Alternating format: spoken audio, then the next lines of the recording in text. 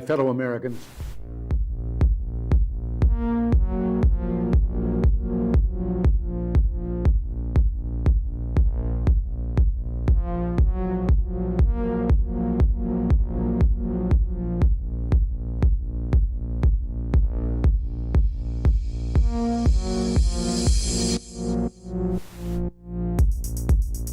Let's talk about the situation at the border. We've seen a huge surge in migrants crossing the border since January. The number of children in custody higher than it was than its 2019 peak during the Trump administration. Your colleague Veronica Escobar of Texas called the conditions there unacceptable. She was there on Friday. Is she right? What more must be done? Actually, the facts are these. There are more children, about 600-700 more children, unaccompanied children, coming over the border. This is a humanitarian challenge to all of us. What the administration has inherited is a broken system at the border, and they are working to correct that in the children's interest. I'm so pleased that the president, as a temporary measure, has sent FEMA to the border in order to help facilitate the children going from one 72-hour issue into where they are cared for as they are transferred into family homes or homes that are safe for them to be. And I have to confess, I knew nothing about their suffering until 2021 when I volunteered to help the Biden administration with the crisis at the southern border. As part of Operation Artemis, I was deployed to the Pomona Fairplex Emergency Intake Site in California to help HHS, Office of Refugee Resettlement, reunite children with sponsors in the United States. I thought I was going to help place children in loving homes. Instead, I discovered that children are being trafficked through a sophisticated network that begins with recruiting in home country, smuggling to the U.S. border, and ends when ORR delivers a child to a sponsor. Some sponsors are criminals and traffickers and members of transnational criminal organizations. Some sponsors view children as commodities and assets to be used for earning income. This is why we are witnessing an explosion of labor trafficking.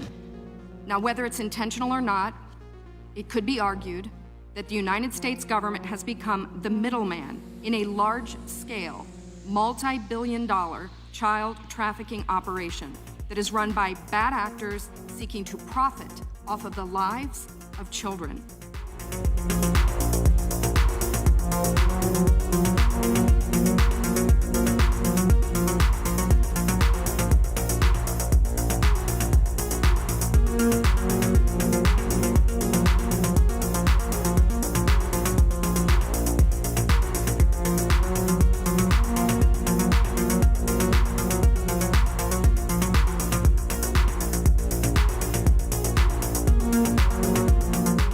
Russia said once they take Ukraine, Poland and the Baltics are next. Those are NATO countries. That puts America at war. This is about preventing war. It's always been about preventing war. My husband is a combat veteran. He's deployed now. The last thing I want him or any of his military brothers and sisters to do is to go to war. But I think it is time to give the Ukrainians more help hitting these bases inside Russia.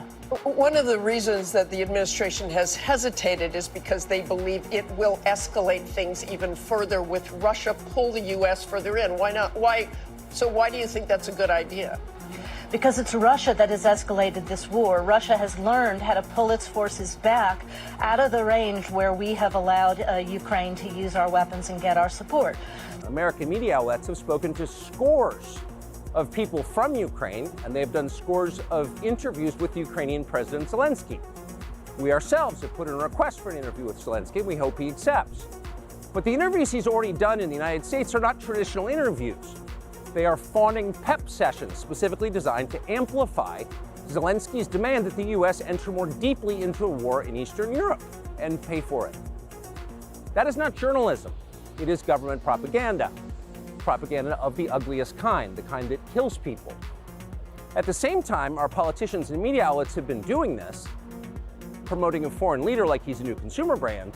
Not a single Western journalist has bothered to interview the president of the other country involved in this conflict, Vladimir Putin.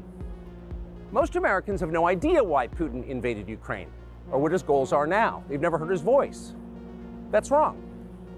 Americans have a right to know all they can about a war they're implicated in, and we have the right to tell them about it because we are Americans too. The idea that we're going to send in offensive equipment and have planes and tanks and trains going in with American pilots and American crews, just understand, and don't kid yourself, no matter what you all say, that's called World War III.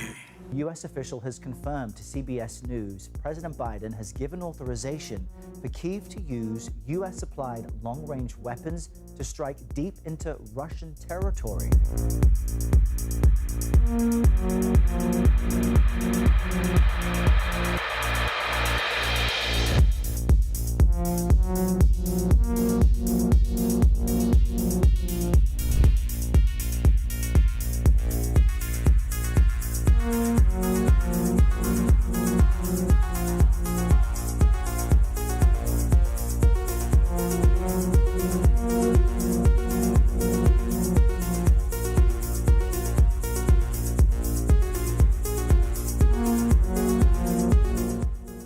I'm sitting here with my father. I will make certain that between the man sitting next to me and every person he knows and my ability to forever hold a grudge, that you will regret not following my direction. I am sitting here waiting for the call with my father. Sounds like a shakedown, doesn't it, Director? I'm not going to get into commenting with that. You seem deeply uncurious about it, don't you? Almost suspiciously uncurious. Are you protecting the Bidens? Absolutely not. The FBI does not and has no interest in You won't answer the protecting question anyone about whether or not politically. that's a shakedown, and everybody knows why you won't answer it. Because to the millions of people who will see this, they know it is. And your inability to acknowledge that is deeply revealing about you.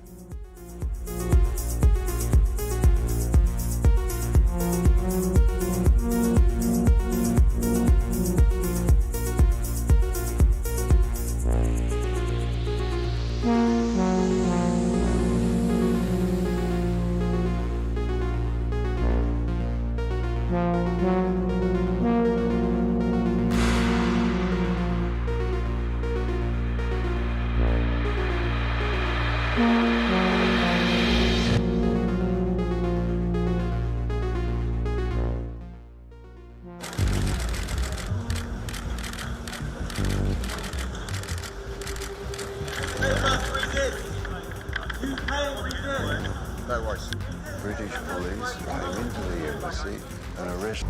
After a long flight from the UK, Julian Assange's day began on the island of Saipan, a tiny territory chosen because it's the closest US court to Australia. This normally quiet courthouse, swarming with reporters, as the WikiLeaks founder arrived flanked by former Prime Minister Kevin Rudd.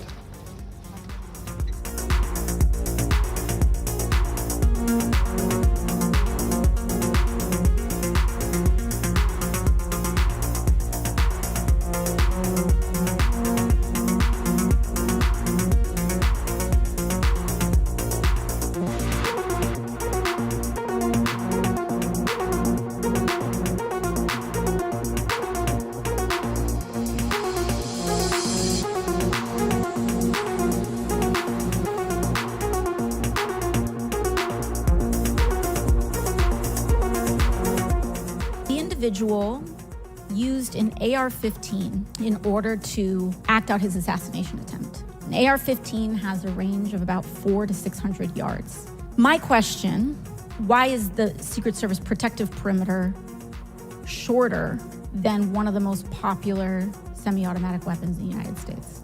There are a number of weapons out there with a number of ranges. Again, an advance was completed. The determination of the perimeter, I'm not going to speak to specifics, but there are a number of factors that are taken into account when we determine our perimeter.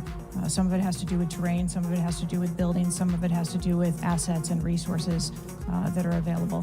What I'm hearing is that a perimeter was not established outdoors in an outdoor venue that would prevent an AR-15, which is one of the most common weapons used in mass shootings, from being able to be within the range of Secret Service protection. Have you provided all audio and video recordings in your possession to this committee, as we asked on July 15th, yes or no?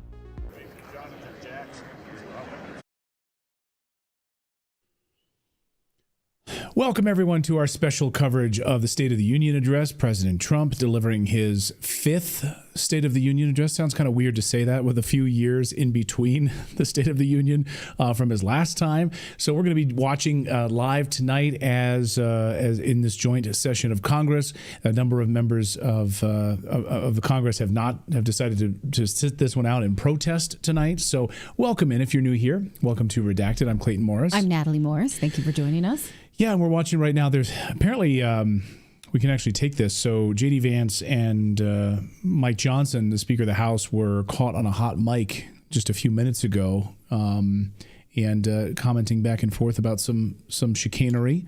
So I guess we're going to see some really interesting developments tonight as it relates to the war in Ukraine, the firing of some 45,000 individuals. We could also hear from President Trump talking about sort of mass firings tonight. I'm sure that's going to make Nancy Pelosi really upset. Well, one thing he said on Truth Social within the last few days is that this is going to be a no holds barred, everything fiery on the table. So we're going to hear, I don't know. What is your interpretation of no holds barred? Let's see if I can find his exact wording. Yeah, not going to pull any punches, basically, he said.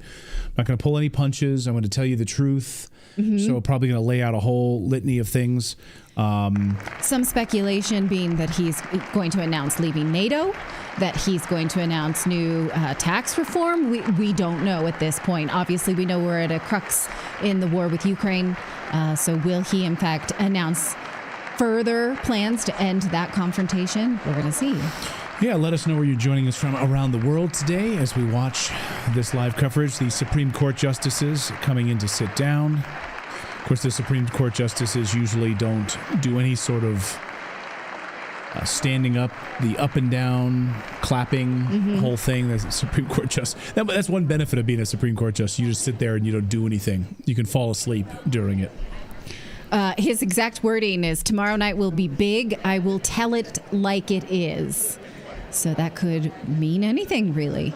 He's going to tell it like it is. And the speech, of course, getting early releases of what it's going to be. The renewal of the American dream is the message. This all comes on a day, of course, when we got these massive tariffs just put in place. And Pierre Poilievre in Canada, the Canadian quote-unquote conservative, who really having doubts as to whether or not he's a conservative at all after all. And Justin Trudeau also coming out saying that we are at war with President Trump now and the United States. Make no mistake about it, Canada is now at war. We're not going to take this sitting down. So the tariffs will probably be a big part of this conversation tonight as well. Right. Well, a trade war is exactly what we knew we would get if, Trump was re-inaugurated. He said many times he wants a trade war with China. He doesn't want China to eat our lunch any longer. He wants to compete for real. So he seems to think that blowing up international trade with China is the way.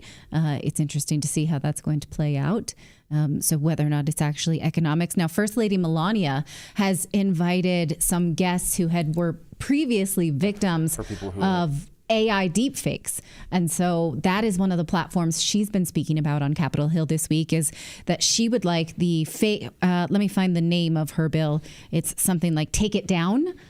She would like social media companies to have a faster protocol to take down deepfakes that spoof pornography of women and children specifically. So young women who see that someone's used AI to put naked pictures of them on the internet that they never posed for, that's very upsetting to young people, to any people. Really, nobody wants to see fake naked pictures of that or real naked pictures of them on the internet.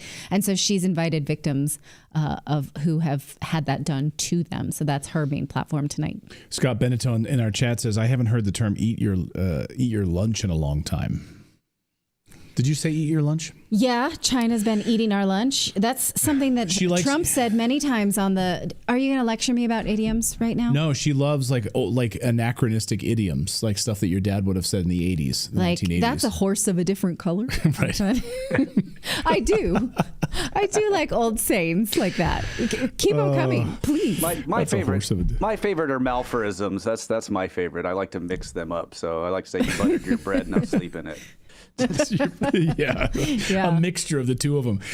Welcome in, everyone. If you're just joining us, we are Redacted. We cover the stories the mainstream media largely ignores. Monday through Thursday, we do a live show every day at 4 p.m. Eastern time. And of course, tonight we're watching President Trump deliver his 5th State of the Union address to a joint session of Congress. He had a number of years. He had the Biden years in between, of course. And so it looks like J.D. Vance...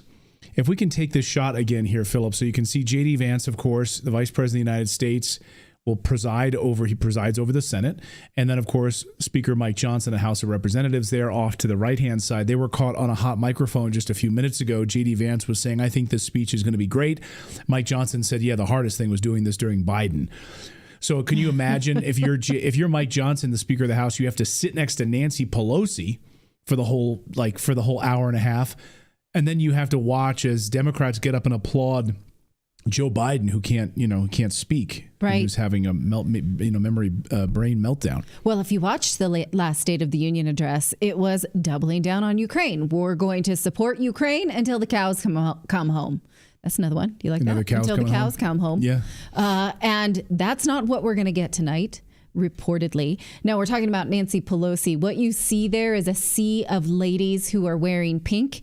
Why, you might say? Is it because they are motivated by an early spring? They are not. It has nothing to do with fashion. They say that this is a protest. This is protest fashion. And they are putting forth the idea that the Trump administration is hurting women and girls. Although when First Lady Melania wore if we're going to talk fashion, wore a Ralph Lauren suit yesterday to Capitol Hill and looked fabulous in it. I could talk about that, but I'll refrain myself. Democrats didn't show up. They were not that interested in preventing women and girls from being harmed by deep fakes on the internet. So that's kind of surprising. They're more interested in their own causes, I suppose. Liberals are melting down all over social media, saying that they're not showing up tonight. They're going to be protesting this because of tariffs and the destruction of democracy, of course. You can hear that a lot. Well, no. What they will actually do is take the snippets they are fed like glue, right? Sniffing glue from the media to get upset. I mean, they spent the last 6 weeks, upset about things they probably wouldn't normally be upset about, but they are used to the catnip of Trump outrage. Just, 19-year-olds on computers, as if Obama didn't do that. These lines that they're fed of outrage from the corporate media, they seem to find no end for their appetite. So they can't watch it in context like the Zelensky meeting that happened last week. Instead, they just need to be force-fed the hits that they can be pissed off about with their friends. So this is the Renewal of the American Dream speech. That's the theme for tonight's presidential address to Congress. There is that Melania? Came down. Here comes Mrs. Trump. Here is Melania Trump, the first lady. Can we get a close-up of the outfit, please? Zoom in. How's the outfit? Do you approve? I mean, she always looks fabulous. Come on. It's fabulous. The scarf tucked into the belt so expertly. I feel like I would do that wrong, where I would tie it to my belt, and then my head would be bent down the whole time because I would have tied it too tightly, and I wouldn't have been able to pull that off. That's right. I could walk downstairs in heels. I mean, I think those were her first. There's Usha, of course, J.D. Vance's wife, the second lady, and Laken Riley's family is also some questions about there. How much she would be in. Riley Gaines is there as well. Mm-hmm. Obviously, I don't know if you've seen the videos over the past 24 hours. You've seen these 5'8" men in playing girls basketball, basically like just beating the crap out of all these girls. Like, this is what Democrats have voted for. It's remarkable. Right, here we go. There's the cabinet. There's Secretary of State Marco Rubio. Right behind him is the new Treasury Secretary Scott Bessent.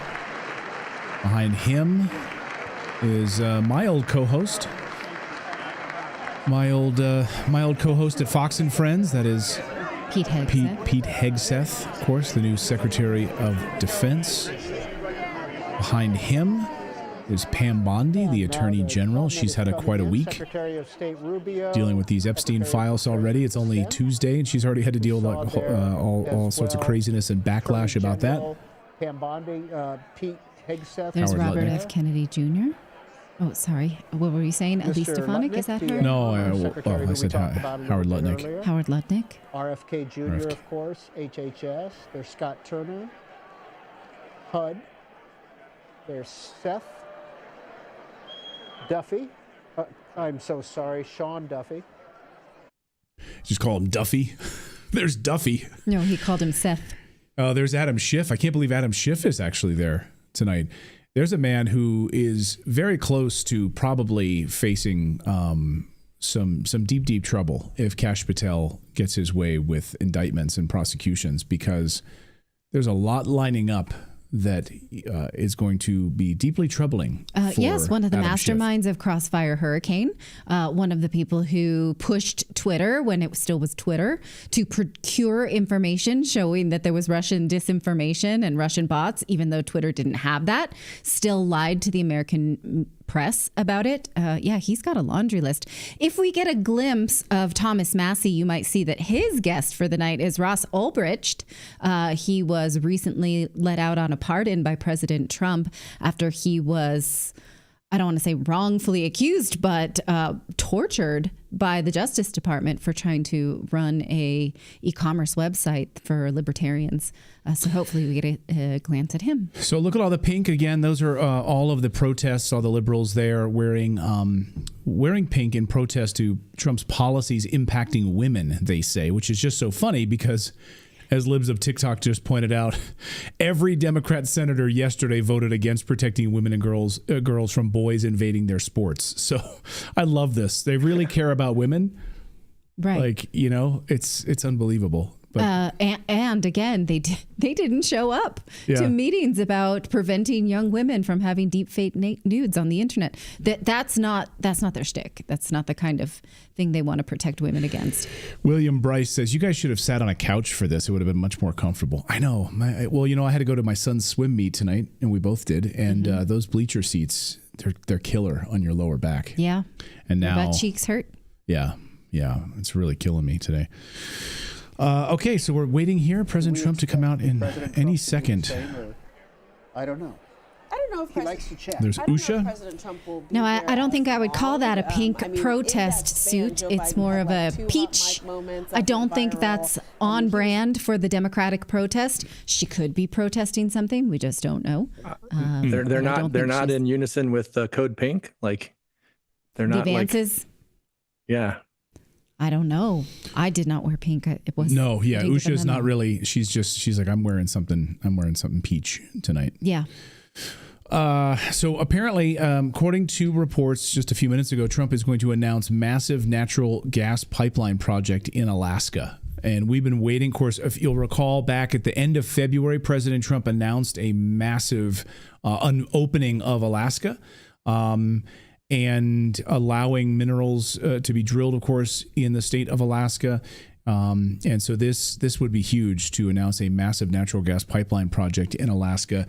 There's been a couple of times, of course, President Trump has put ANWR back on the table, the Alaska National Wildlife Refuge, to begin the exploration and drilling there. Then Biden stopped it. So now President Trump is starting it up again.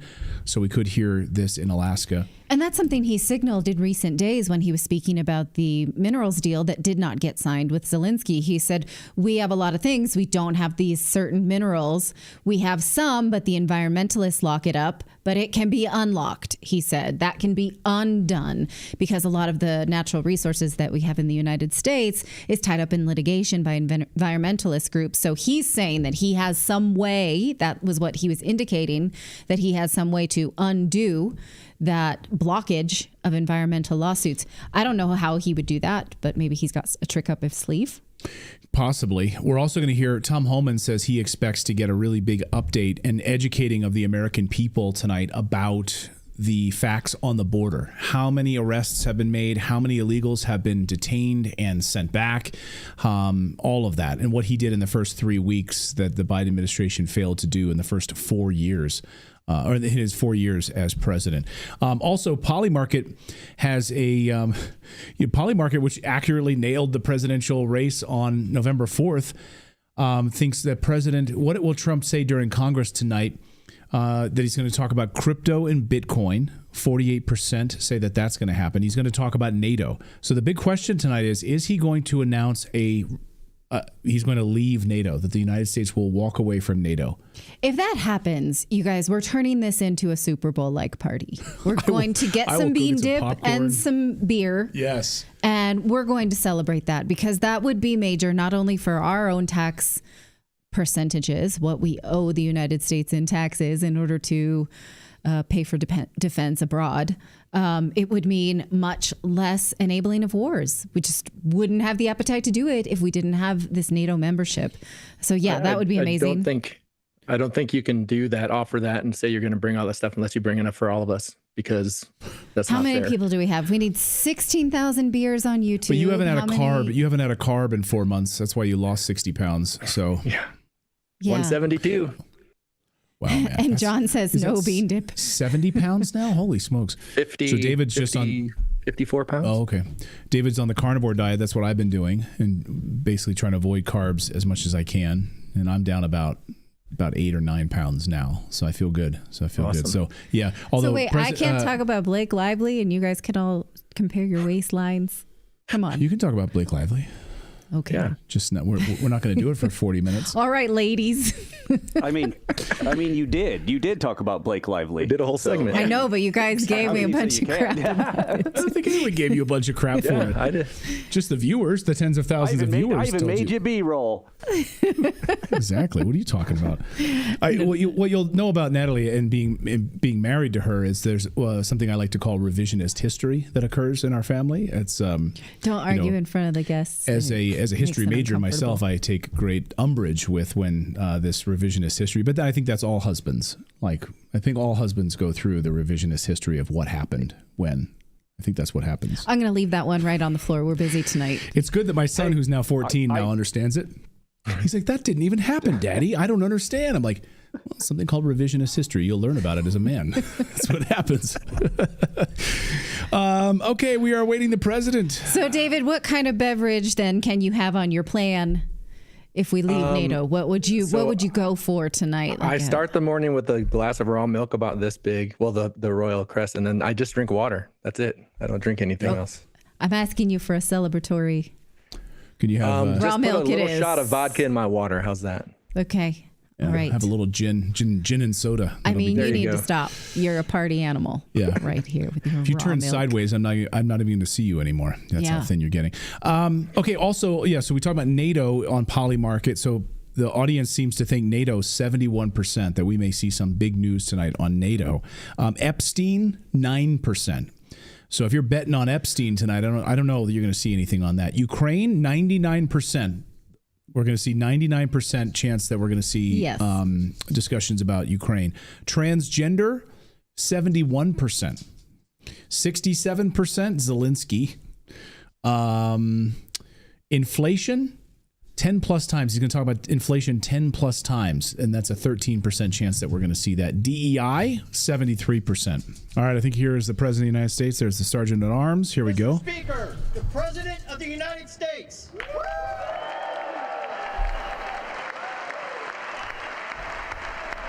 There's the Sergeant at Arms announcing President Trump. John Thune behind him. Steve Scalise also.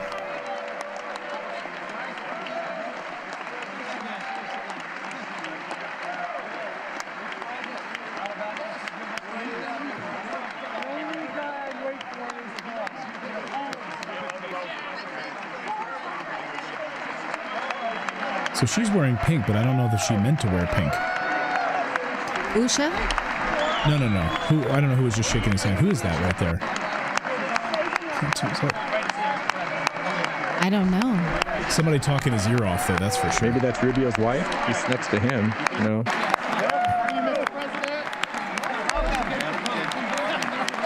Maybe she has to sort of perform enthusiasm to make it known. Look at that little sign there. This is not normal. Oh, they're blocking her out of the camera shot.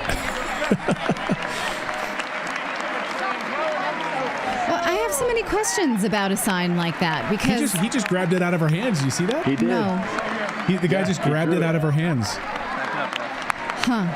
Because what was normal? Joe Biden basically dying in front of us? Right. Was that That's normal.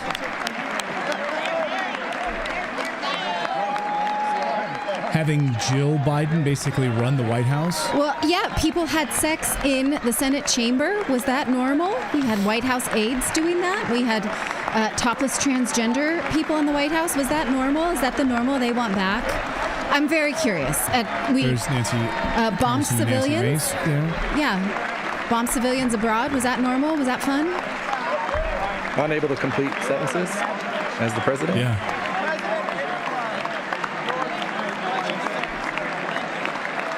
Congressman Barrasso.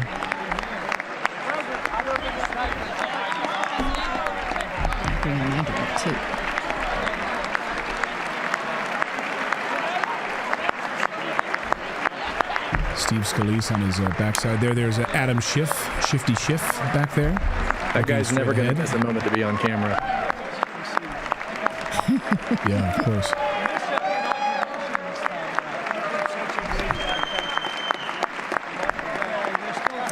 You guys want to take an over-under how long the speech will be? Trump does tend to speak for a long time. Taking bets? Can we 3 put hours. up a poll? No, I can't sit here for 3 hours. David, let's make some kind of poll. Can we do that? Like between 0 and 40?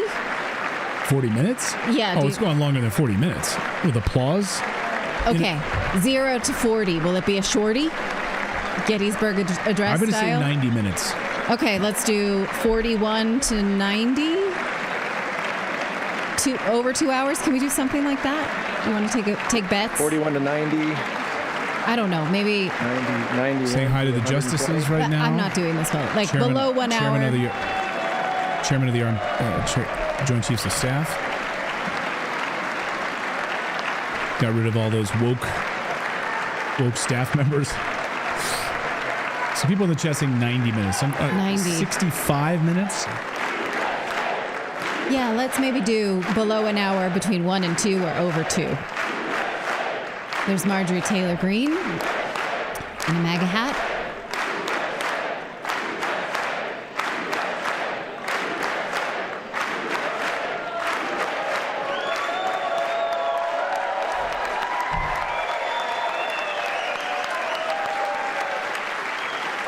So it says 3 to 4 hours.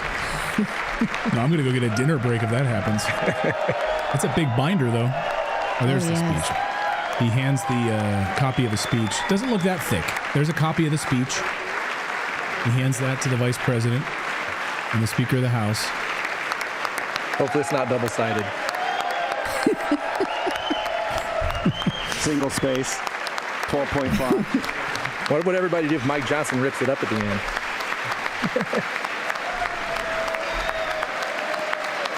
So let me just say this out of the gate, guys. I'll only be pausing. I won't pause the speech at all, and only when there's like applause lines. If we want to provide some context based on some history here, that we might actually interject and mute temporarily. So you're watching a live reaction show here at Redacted. So that's what we're doing here. So we're going to hang out and have some context here, and maybe we'll provide some color commentary during some of the massive applause lines that go on for like 2 minutes. We might just mute it a little bit here to provide some color, okay? But mostly we will let the president speak. Together.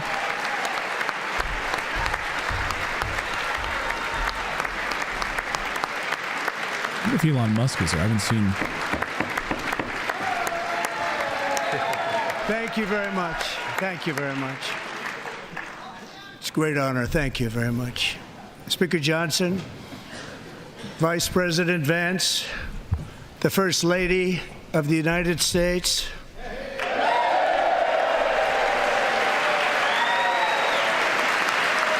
You can't just applaud the First Lady. I mean... What'd she do?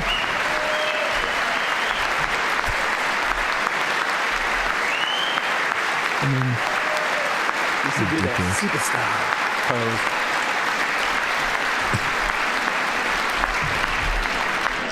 pose. Members of the United States Congress, thank you very much. And to my fellow citizens, America is back.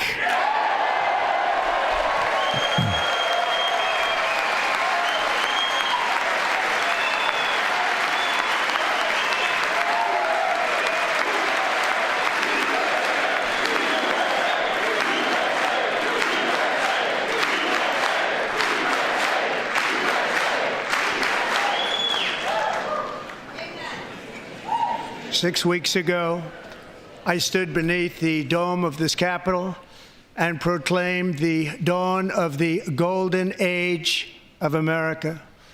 From that moment on, it has been nothing but swift and unrelenting action to usher in the greatest and most successful era in the history of our country. We have accomplished more in 43 days than most administrations accomplished in 4 years or 8 years, and we are just getting started.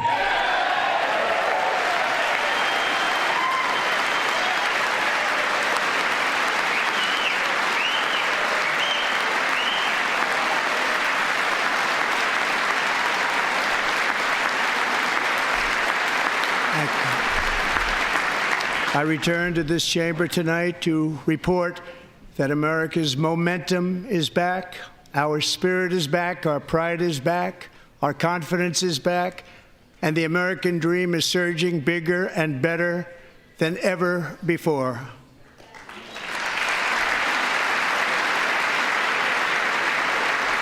The American dream is unstoppable, and our country is on the verge of a comeback, the likes of which the world has never witnessed and perhaps will never witness again. There's never been anything like it. The presidential election of November 5th was a mandate like has not been seen in many decades. We won all 7 swing states, giving us an electoral college victory of 312 votes.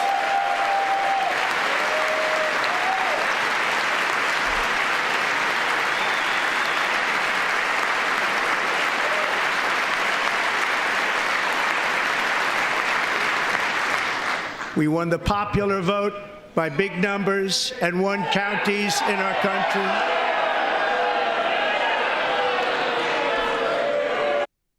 So now you're hearing people disrupting this?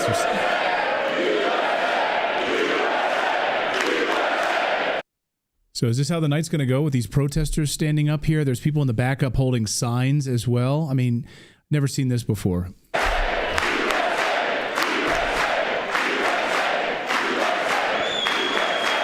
And won counties in our country, 2,700 to 525, on a map that reads almost completely red for Republican.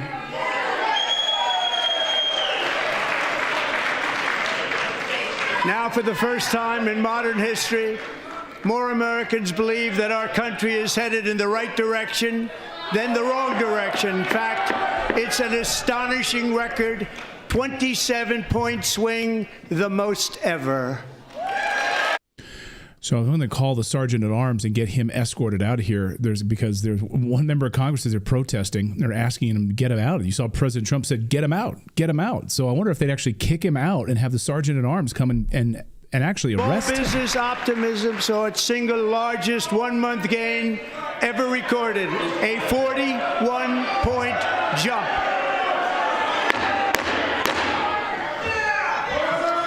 Members are directed to uphold and maintain decorum in the House and to cease any further disruptions. That's your warning.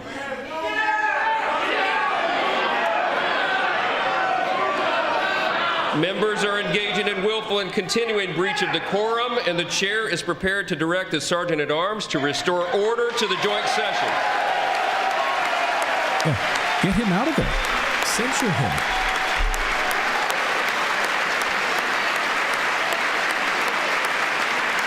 The American people have the right to hear from their president in complete sentences without interruption. These are against the rules of the floor. Mr. Green, take your seat. Take your seat, sir. Take your seat. Get him out. Finding that members continue to engage in willful and concerted disruption of proper decorum, the chair now directs the Sergeant-at-Arms to restore order. Okay, you're out then. I can't believe I'm watching this. Get him out.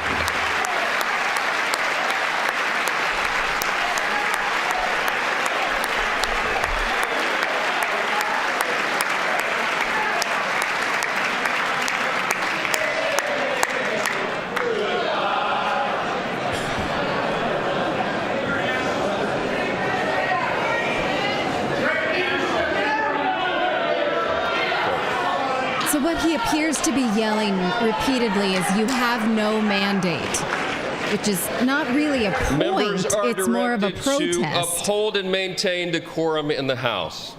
Mr. President, you continue. Thank you. Over the past 6 weeks, I have signed nearly 100 executive orders and taken more than 400 executive actions, a record, to restore common sense, safety, optimism, and wealth all across our wonderful land. The people elected me to do the job, and I'm doing it.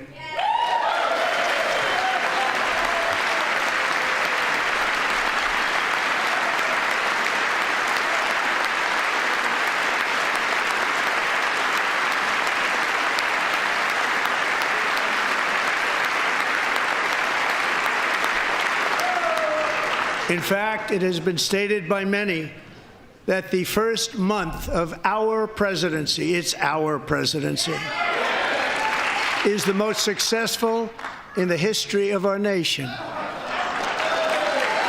By many.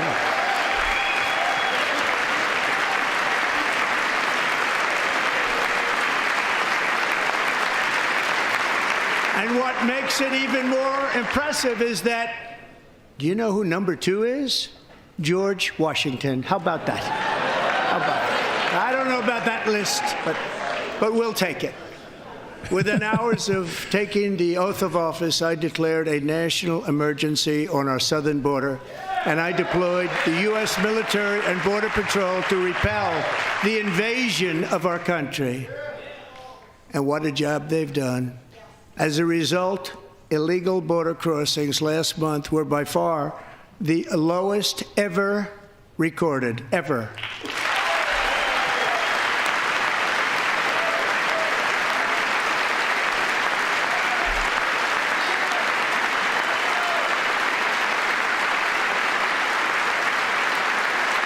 They heard my words and they chose not to come. Much easier that way. In comparison, under Joe Biden, the worst president in American history, there were hundreds of thousands of illegal crossings a month, and virtually all of them, including murderers, drug dealers, gang members, and people from mental institutions and insane asylums, were released into our country. Who would want to do that? This is my 5th such speech to Congress. And once again, I look at the Democrats in front of me, and I realize there is absolutely nothing I can say to make them happy or to make them stand or smile or applaud. Nothing I can do. I could find a cure to the most devastating disease, a disease that would wipe out entire nations, or announce the answers to the greatest economy in history, or the stoppage of crime to the lowest levels ever recorded. And these people sitting right here will not clap, will not stand, and certainly will not cheer for these astronomical achievements. They won't do it, no matter what. Five times I've been up here. It's very sad, and it just shouldn't be this way.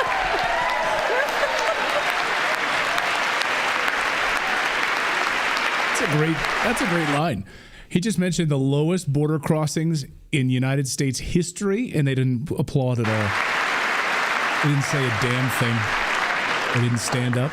So Democrats sitting before me, For just this one night, why not join us in celebrating so many incredible wins for America? For the good of our nation, let's work together and let's truly make America great again.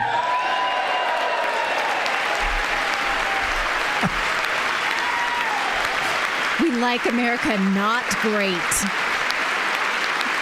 We will not join that. Put it on them. That's great. That's hilarious. That's a great line. Every day, my administration is fighting to deliver the change America needs to bring a future that America deserves, and we're doing it. This is a time for big dreams and bold action. Upon taking office, I imposed an immediate freeze on all federal hiring, a freeze on all new federal regulations, and a freeze on all foreign aid.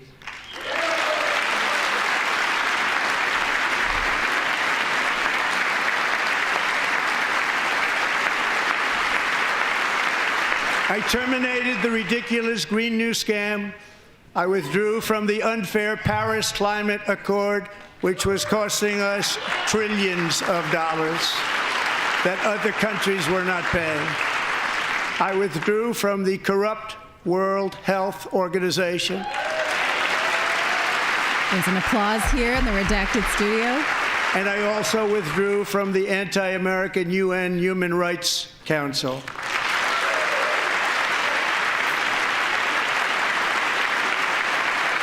We ended all of Biden's environmental restrictions that were making our country far less safe and totally unaffordable. And importantly, we ended the last administration's insane electric vehicle mandate, saving our auto workers and companies from economic destruction.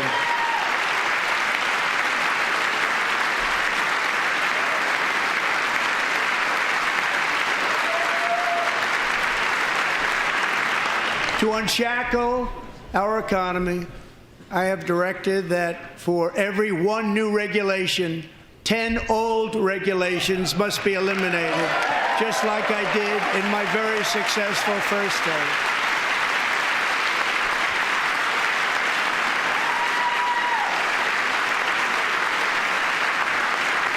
And in that first term, we set records on ending unnecessary rules and regulations like no other president had done before. We ordered all federal workers to return to the office. They will either show up for work in person or be removed from their job.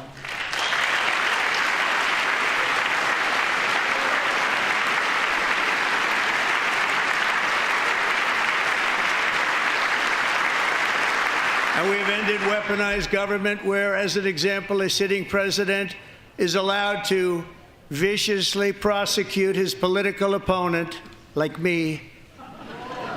How did that work out? Not too good. Not too good. How'd that work out? You won 7 swing states.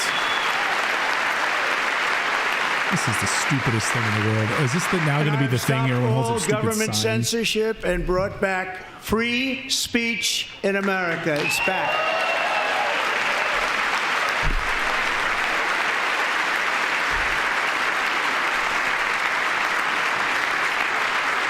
And 2 days ago, I signed an order making English the official language of the United States of America.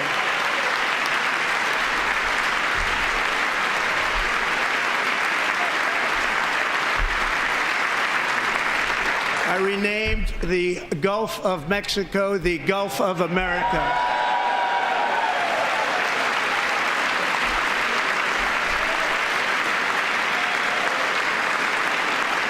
And likewise, I renamed, for a great president, William McKinley, Mount McKinley again.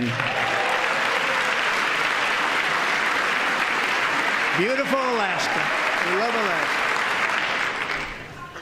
We've ended the tyranny of so-called diversity, equity, and inclusion policies all across the entire federal government and indeed the private sector and our military. And our country country will be woke no longer.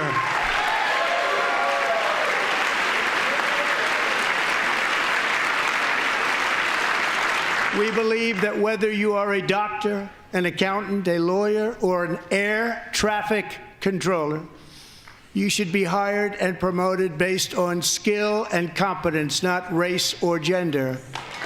Very important.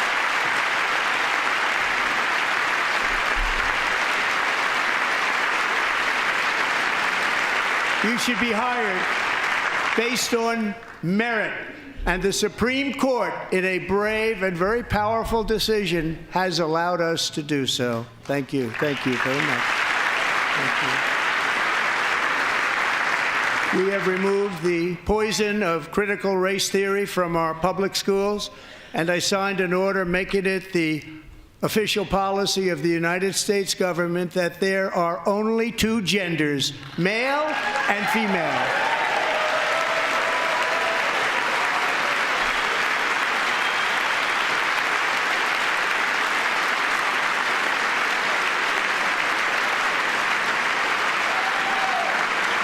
I also signed an executive order to ban men from playing in women's sports.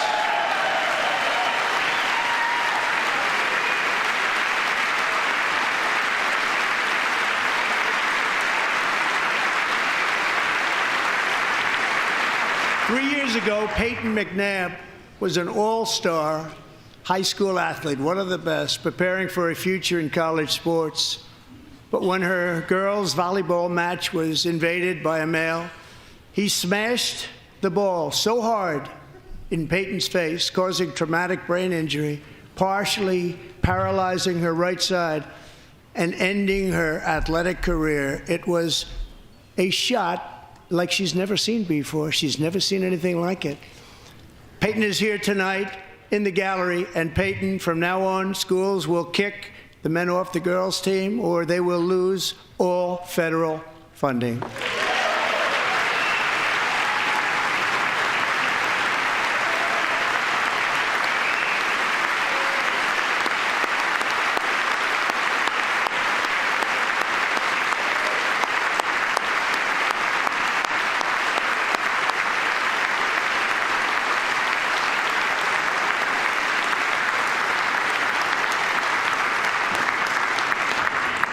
And if you really want to see numbers, just take a look at what happened in the women's boxing, weightlifting, track and field, swimming, or cycling, where a male recently finished a long-distance race 5 hours and 14 minutes ahead of a woman for a new record by 5 hours.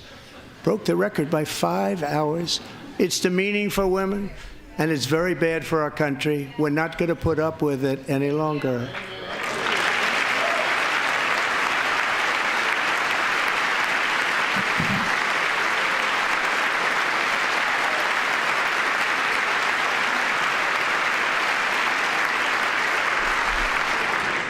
What I have just described is only a small fraction of the common sense revolution that is now, because of us, sweeping the entire world. Common sense has become a common theme, and we will never go back. Never. Never going to let that happen. Among my very highest priorities is to rescue our economy and get dramatic and immediate relief to working families. As you know, we inherited from the last administration an economic catastrophe and an inflation nightmare. Their policies drove up energy prices, pushed up grocery costs, and drove the necessities of life out of reach for millions and millions of Americans. They've never had anything like it. We suffered the worst inflation in 48 years, but perhaps even in the history of our country. They're not sure. As president, I'm fighting every day to reverse this damage and make America affordable again.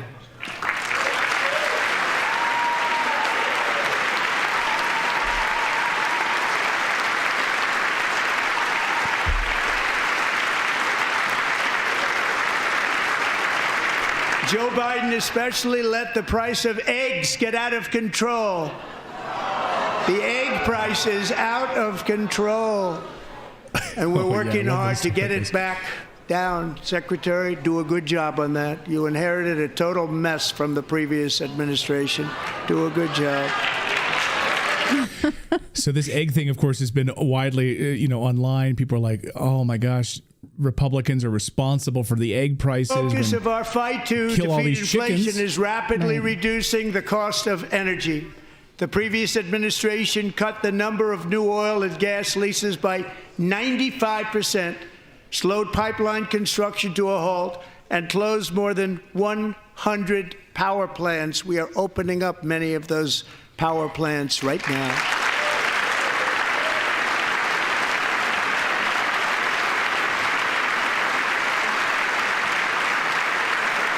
And frankly, we have never seen anything like it. That's why on my first day in office, I declared a national energy emergency. As you've heard me say many times, we have more liquid gold under our feet than any nation on earth, and by far. And now I fully authorize the most talented team ever assembled to go and get it.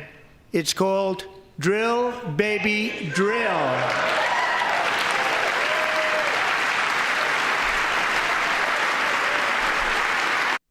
Somewhere Sarah Palin's going, "Hey, that's my line. Yeah. Can I get royalties from that?" My administration is also working on a gigantic natural gas pipeline in Alaska, among the largest in the world, where Japan, South Korea, and other nations want to be our partner with investments of trillions of dollars each. There's never been anything like that one. It will be truly spectacular. It's all set to go. The permitting is gotten. And later this week, I will also take historic action to dramatically expand production of critical minerals and rare earths here in the USA. Again, this is something he spoke of with the rare earth minerals deal with Zelensky, Further that he combat wants to inflation, undo we will not only legislation be that's holding that reducing up. the cost of energy, but will be ending the flagrant waste of taxpayer dollars. Cut to a shot of Elon Musk, Doge. And to that end, I have created the brand new Department of Government Efficiency, Doge. Let's see that thumbs up, Elon Musk.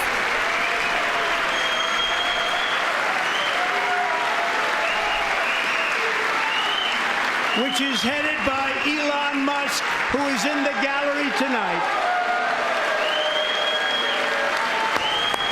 Democrats melting down.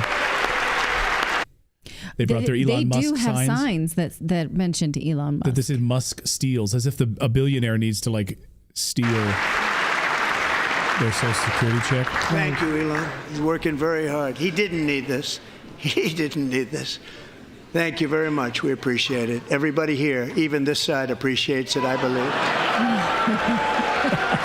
Show us the signs. They just don't want to admit that. Just listen to some of the appalling waste we have already identified. $22 billion from HHS to provide free housing and cars for illegal aliens.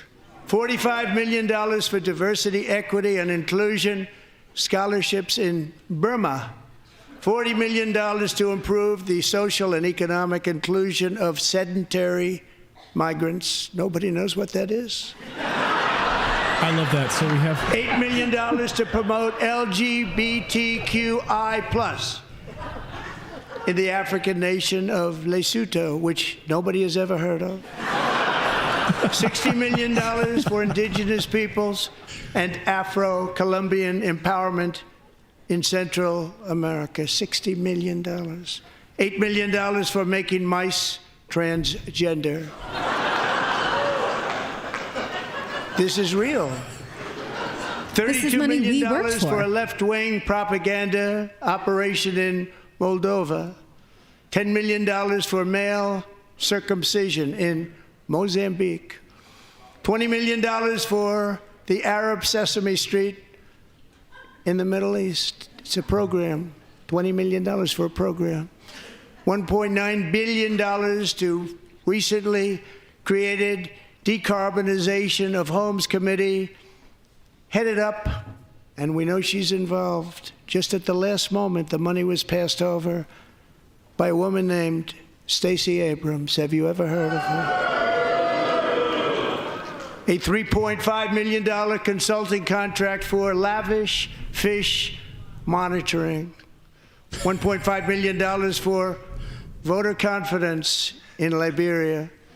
$14 million for social cohesion in Mali. $59 million for illegal alien hotel rooms in New York City.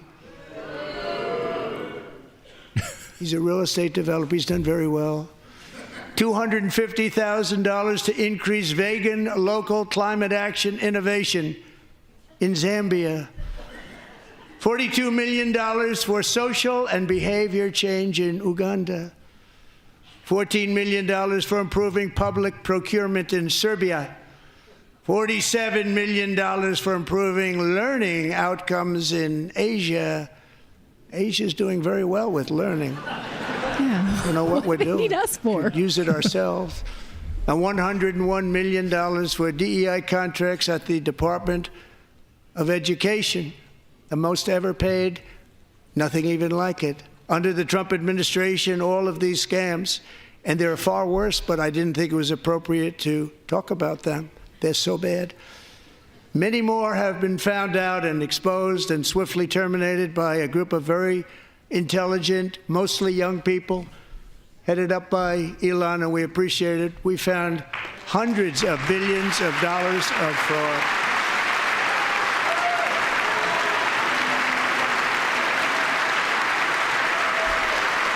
So are they booing because they wanted to keep those things?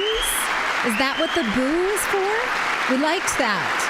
We wanted to tell other countries how to behave. And reduced our debt to fight inflation and other things.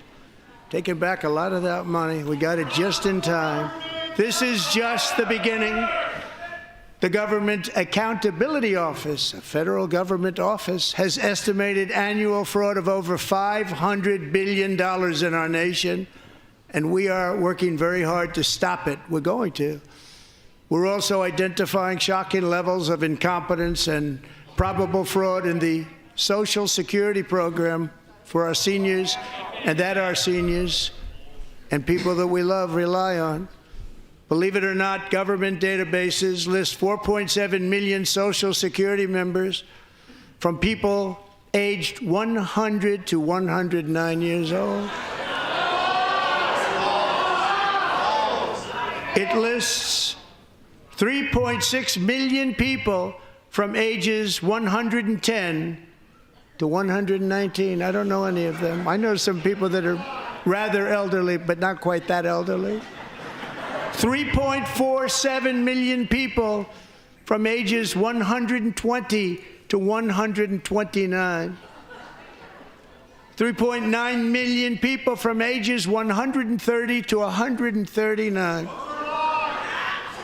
3.5 million people from ages 140 to 149. And money is being paid to many of them. And we're searching right now. In fact, Pam, good luck. Good luck. You're going to find it. But a lot of money is paid out to people because it just keeps getting paid, and nobody does. And it really hurts Social Security and hurts our country. 1.3 million people from ages 150 to 150. Some people in our chat room saying that the audio keeps cutting out from C-SPAN. We're not hearing any issues on our side. Perhaps if you guys want to refresh your browser while watching our show, that seems to have fixed it for some people. So just refresh your browser if you're having some audio issues. I'm not sure what's happening. A healthier country than I thought, Bobby.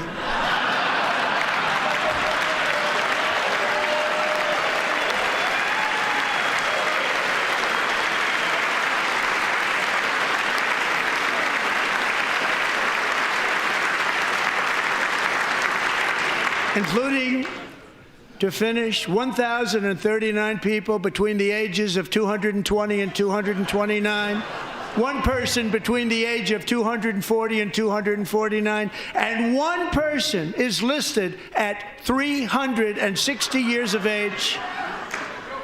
More than 100 years older than our country.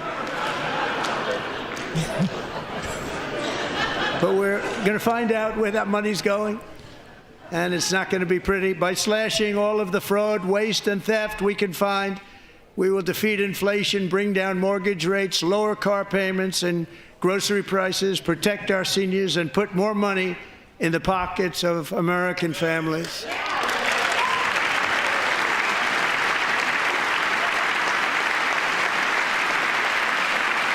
Now, Democrats are yelling false because they believe that those were false entries into a system, not to actually give them the age of 300, but to just put a holding pattern for a birth year. Near they future, think that that's I not want evidence to do of what has corruption. not been done in 24 years, balance the federal budget. We're going to balance it.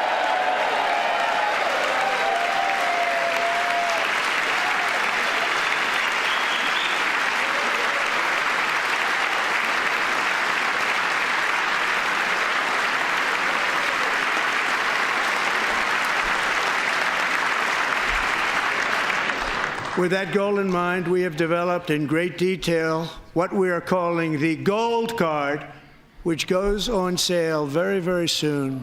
For $5 million, we will allow the most successful job-creating people from all over the world to buy a path to U.S. citizenship. It's like the green card, but better and more sophisticated. And these people will have to pay tax in our country. They won't have to pay tax from where they came. The money that they've made, you wouldn't want to do that, but they have to pay tax, create jobs. They'll also be taking people out of colleges and paying for them so that we can keep them in our country instead of having them being forced out. Number one, at the top school, as an example, being forced out and not being allowed to stay and create tremendous numbers of jobs and great success for a company out there. So while we take out the criminals, killers, traffickers, and child predators who are allowed to enter our country under the open border policy of these people, the Democrats, the Biden administration, the open border insane policies that you've allowed to destroy our country, we will now bring in brilliant, hardworking, job-creating people. They're going to pay a lot of money, and we're going to reduce our debt with that money.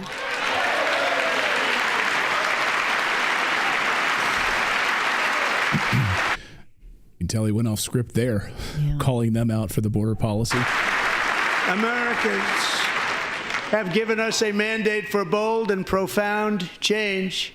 For nearly 100 years, the federal bureaucracy has grown until it has crushed our freedoms, ballooned our deficits, and held back America's potential in every possible way.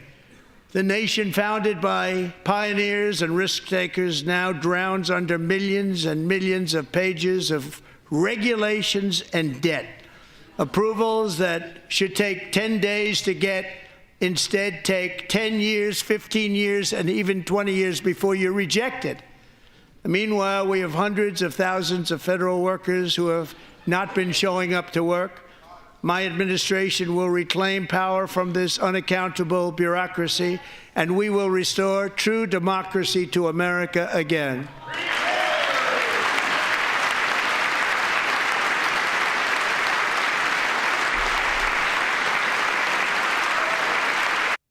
There's some rumors floating around that President Trump is going to announce a cut of up to 45,000 jobs Democrats tonight. who resist this change will be removed from office immediately.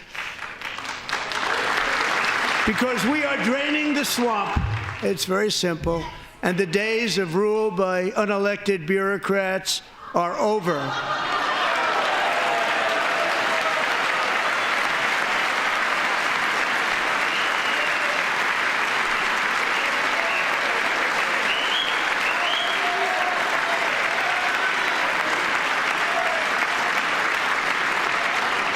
And the next phase of our plan to deliver the greatest economy in history is for this Congress to pass tax cuts for everybody. They're in there. They're waiting for you to vote. And I'm sure that the people on my right, I don't mean the Republican right, but my right here, I'm sure you're going to vote for those tax cuts, because otherwise I don't believe the people will ever vote you into office. So I'm doing you a big favor by telling you that. But I know this group is going to be voting for the tax. Liberals voting for a tax cut? Are you kidding me? It's not going to happen.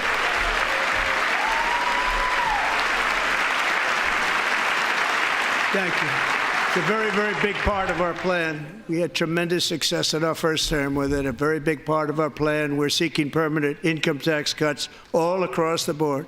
And to get urgently needed relief to Americans hit especially hard by inflation, I'm calling for no tax on tips, no tax on overtime, and no tax on Social Security benefits for our great seniors.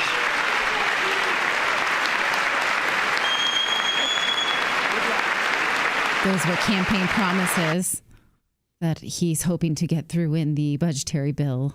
Not all of them have come to fruition yet. And I also want to make interest payments on car loans tax deductible, but only if the car is made in America. Wait, what did he say? Interest deductible on car loans.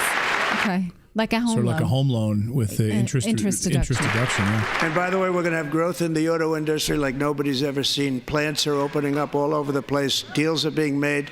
Never seen. That's a combination of the election win and tariffs. It's a beautiful word, isn't it? That, along with our other policies, will allow our auto industry to absolutely boom. It's going to boom. Spoke to the majors today, all three, the top people, and they're so excited. In fact, already numerous car companies have announced that they will be building massive automobile plants in America, with Honda just announcing a new plant in Indiana, one of the largest anywhere in the world.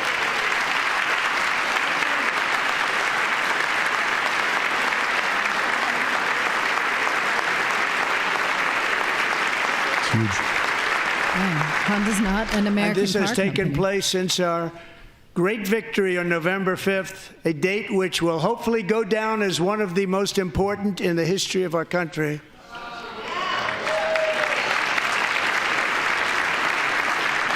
In addition, as part of our tax cuts, we want to cut taxes on domestic production and all manufacturing. And just as we did before, we will provide 100% expensing.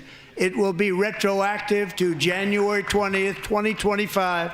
And it was one of the main reasons why our tax cuts were so successful in our first term, giving us the most successful economy in the history of our country, first term. We had a great first term.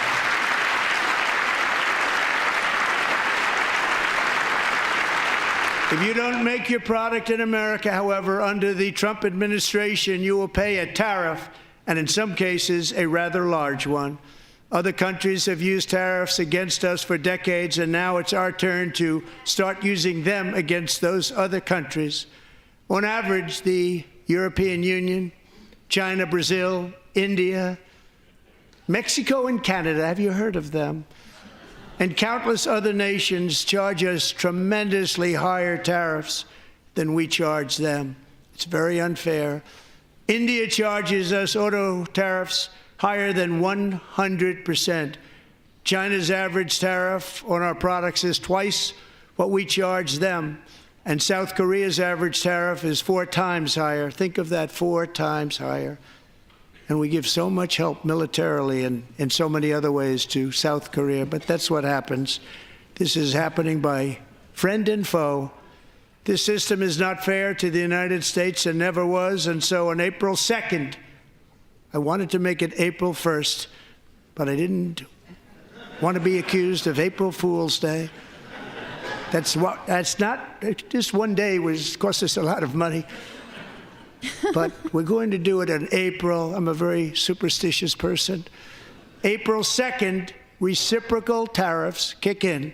And whatever they tariff us, other countries, we will tariff them. That's reciprocal, back and forth.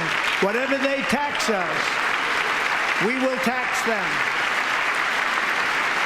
If they do You see what he's doing is usurping another globalist organization, the World Trade Out of their Organization. market, then we will do We don't need them to make our own deals now. to keep them out of our market. There's a lot of that too. They don't even allow us in their market. We will take in trillions and trillions of dollars and create jobs like we have never seen before. I did it with China and I did it with others, and the Biden administration couldn't do anything about it because there was so much money they couldn't do anything about it. We have been ripped off for decades by nearly every country on earth, and we will not let that happen any longer.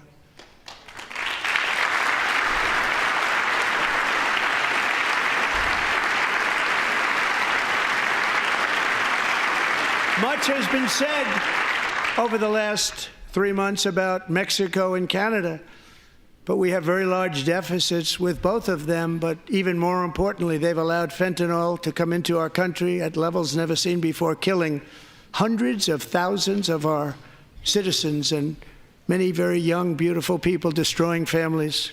Nobody's ever seen anything like it. They are, in effect, receiving subsidies of hundreds of billions of dollars. We pay subsidies to Canada and to Mexico of hundreds of billions of dollars, and the United States will not be doing that any longer. We're not going to do it any longer.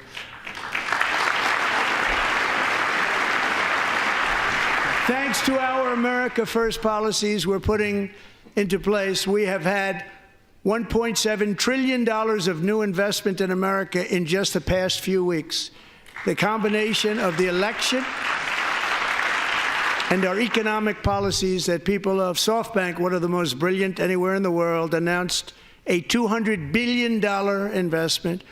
OpenAI and Oracle, Larry Ellison, announced $500 billion investment, which they wouldn't have done if Kamala had won. Apple announced $500 billion investment. Tim Cook called me. He said, I cannot spend it fast enough. It's going to be much higher than that, I believe. They'll be building their plants here instead of in China. And just yesterday, Taiwan Semiconductor, the biggest in the world, most powerful in the world, has a tremendous amount, 97% of the market, announced a $165 billion investment to build the most powerful chips on earth right here in the USA.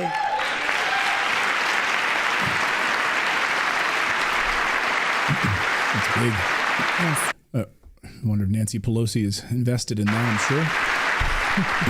And we're not giving them any money. Your CHIPS Act is a horrible, horrible thing. We give hundreds of billions of dollars, and it doesn't mean a thing. They take our money and they don't spend it.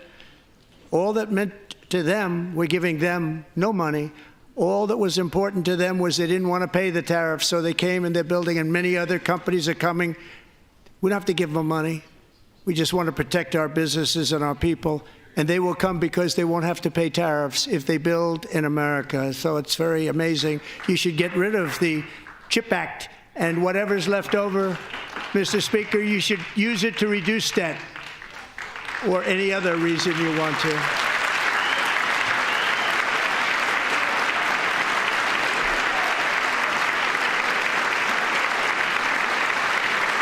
Nancy Pelosi's CHIP Act. Our new trade policy will also be great for the American farmer. I love the farmer. Who will now be selling into our home market, the USA, because nobody is going to be able to compete with you. Because there's goods that come in from other countries and companies. They're really in a bad position in so many different ways. They're uninspected. They may be very dirty and disgusting, and they come in and they pour in, and they hurt our American farmers. The tariffs will go on agricultural product coming into America, and our farmers, starting on April 2nd, it may be a little bit of an adjustment period. We had that before when I made the deal with China, $50 billion of purchases, and I said, just bear with me, and they did. They did. Probably have to bear with me again, and this will be even better. That was great. The problem with it was that Biden didn't enforce it. He didn't enforce it. $50 billion of purchases, and we were doing great, but Biden did not enforce it, and it hurt our farmers. But our farmers are going to have a field day right now. So to our farmers, have a lot of fun. I love you too. I love you too. It's all going to happen.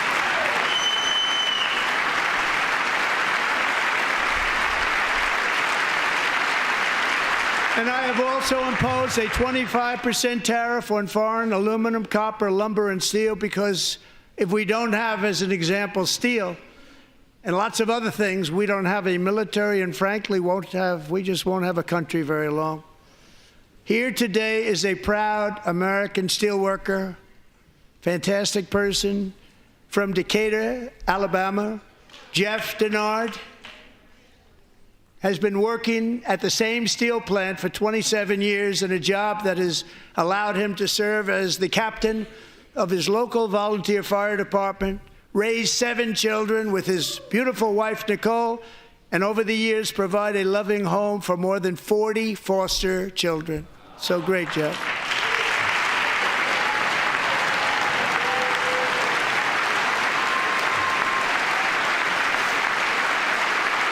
Thank you, Jeff. Thank you, Jeff.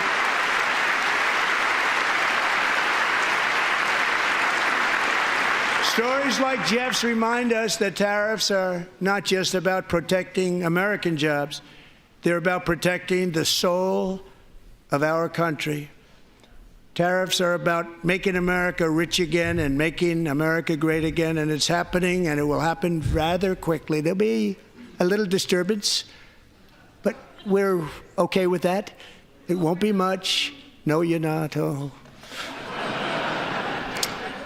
And look where Biden took us. Very low, the lowest we've ever been. Jeff, I want to thank you very much. And I also want to recognize another person who has devoted herself to foster care community. She works so hard on it. A very loving person, our magnificent First Lady of the United States.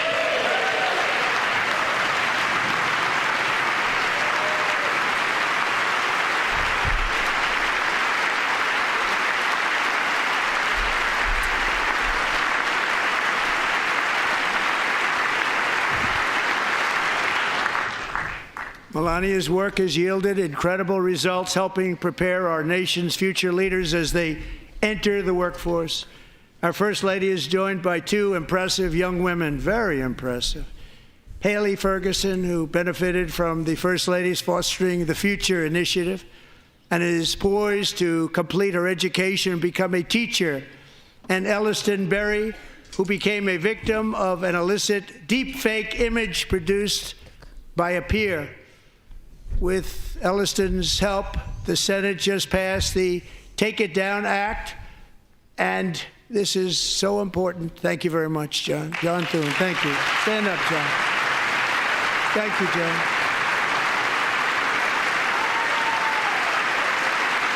Thank you all very much.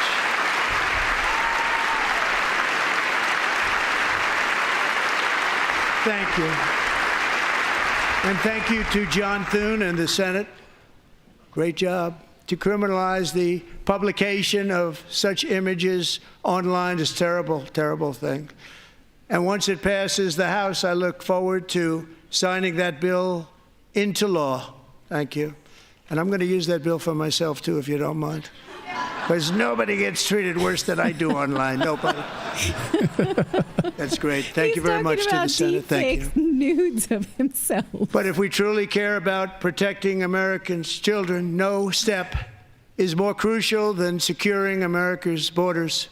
Over the past 4 years, 21 million people poured into the United States. Many of them were murderers, human traffickers, gang members, and other criminals from the streets of dangerous cities all throughout the world. Because of Joe Biden's insane and very dangerous open border policies, they are now strongly embedded in our country, but we are getting them out and getting them out fast.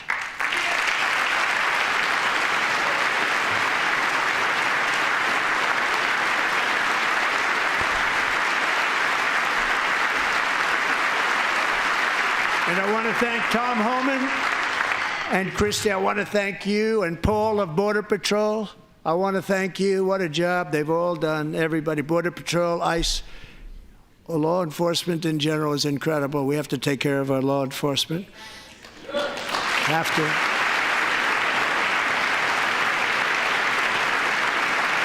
Last year, a brilliant 22-year-old nursing student named Laken Riley, the best in her class, admired by everybody, went out for a jog on the campus of the University of Georgia. That morning, Laken was viciously attacked, assaulted, beaten, brutalized, and horrifically murdered. Laken was stolen from us by a savage illegal alien gang member who was arrested while trespassing across Biden's open southern border and then set loose into the United States under the heartless policies of that failed administration. It was indeed a failed administration. He had then been arrested and released in a Democrat-run sanctuary city, a disaster, before ending the life of this beautiful young angel.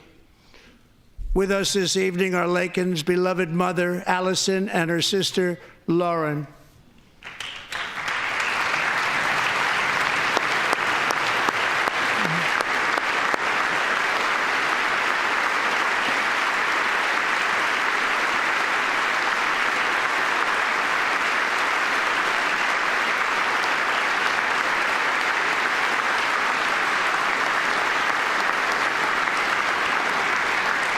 Last year, I told Laken's grieving parents that we would ensure their daughter would not have died in vain. That's why the very first bill I signed into law as your 47th president mandates the detention of all dangerous criminal aliens who threaten public safety. It's a very strong, powerful act.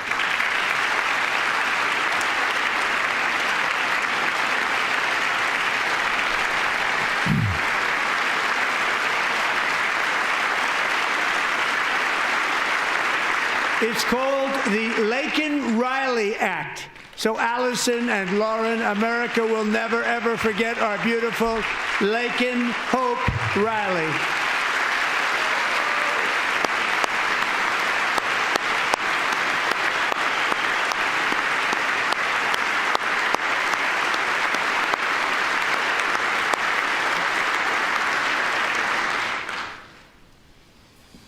Thank you very much.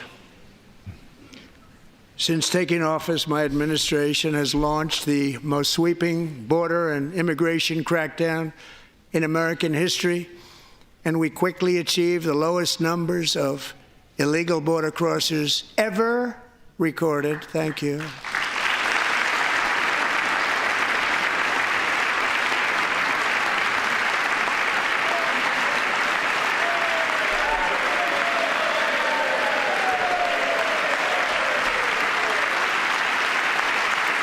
The media and our friends in the Democrat Party kept saying we needed new legislation. We must have legislation to secure the border.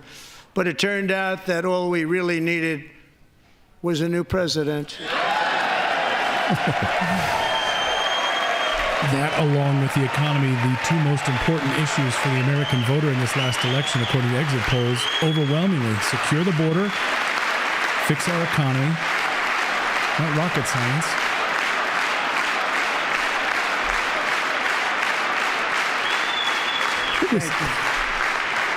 Joe Biden didn't just open our borders, he flew illegal aliens over them to overwhelm our schools, hospitals, and communities throughout the country.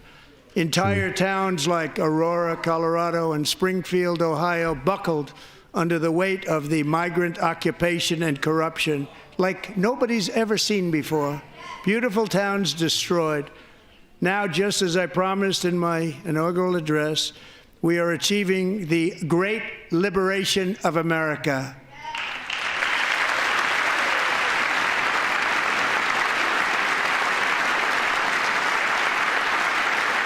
Now, Democrats repeatedly said they just wanted to pass an immigration bill. That was Kamala Harris's campaign's I have gotten to know Alexis Nungari from Houston.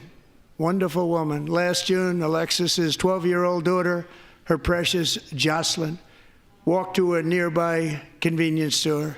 She was kidnapped, tied up, assaulted for 2 hours under a bridge, and horrifically murdered. Arrested and charged with this heinous crime are 2 illegal alien monsters from Venezuela, released into America by the last administration through their ridiculous open border. The death of this beautiful 12-year-old girl and the agony of her mother and family touched our entire nation greatly. Alexis, I promised that we would always remember your daughter, your magnificent daughter, and earlier tonight I signed an order keeping my word to you. One thing I have learned about Jocelyn is that she loved animals so much. She loved nature.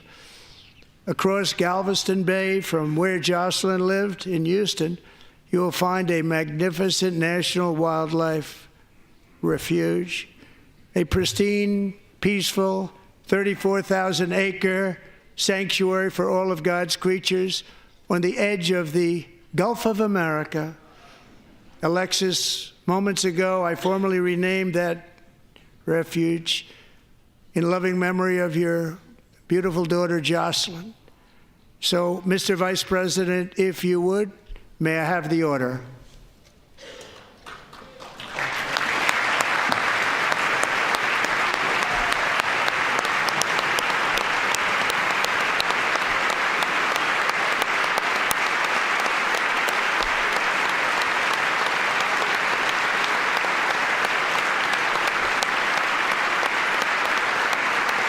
Now, of course, the optics here is that Democrats would rather pretend that victims like this do not exist.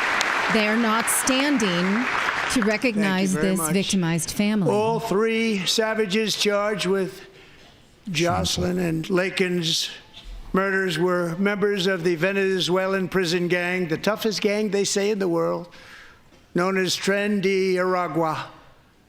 2 weeks ago, I officially designated this gang, along with MS-13 and the bloodthirsty Mexican drug cartels, as foreign terrorist organizations. Will Democrats stand up for this?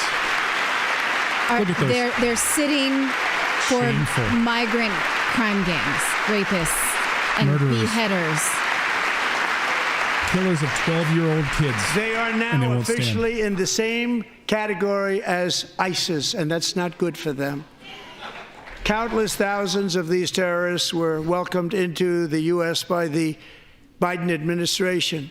But now every last one will be rounded up and forcibly removed from our country, or, if they're too dangerous, put in jails, standing trial in this country, because we don't want them to come back ever.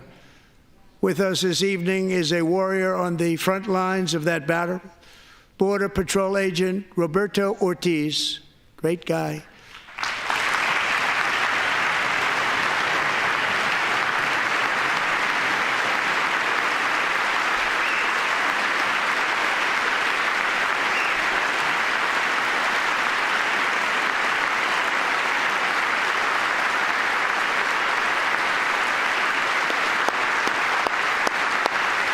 Stand for the Border Patrol agent. He represents us all. Roberto Just stand up.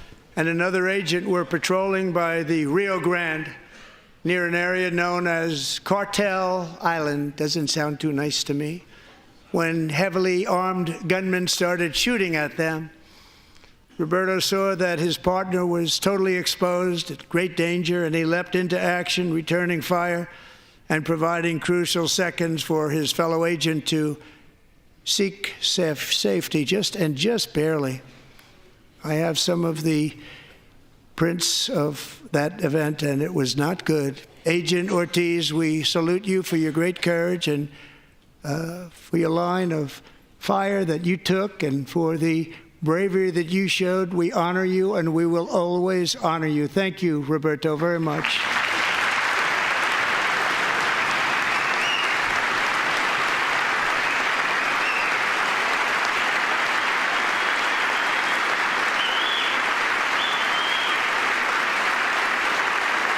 Thank Thank you, Roberto.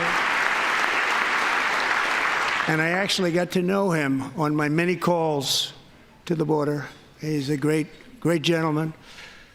The territory to the immediate south of our border is now dominated entirely by criminal cartels that murder, rape, torture, and exercise total control. They have total control over a whole nation, posing a grave threat to our national security. The cartels are waging war on America, and it's time for America to wage war on the cartels, which we are doing.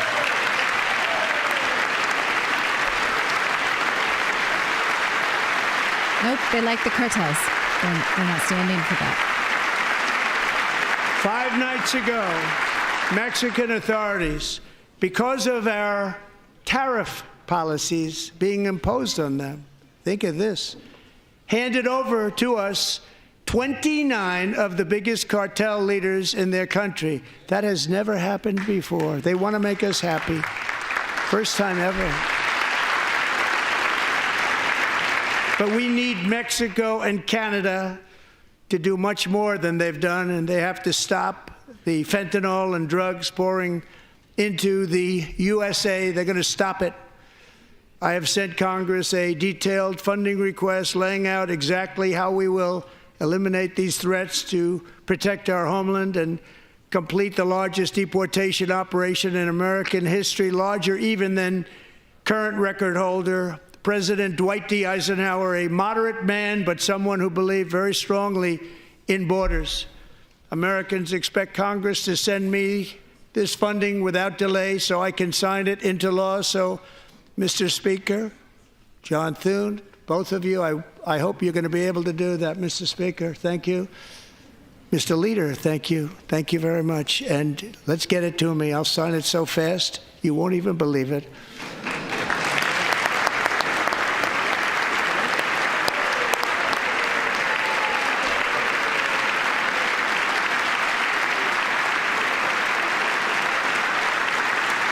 And as we reclaim our sovereignty, we must also bring back law and order to our cities and towns.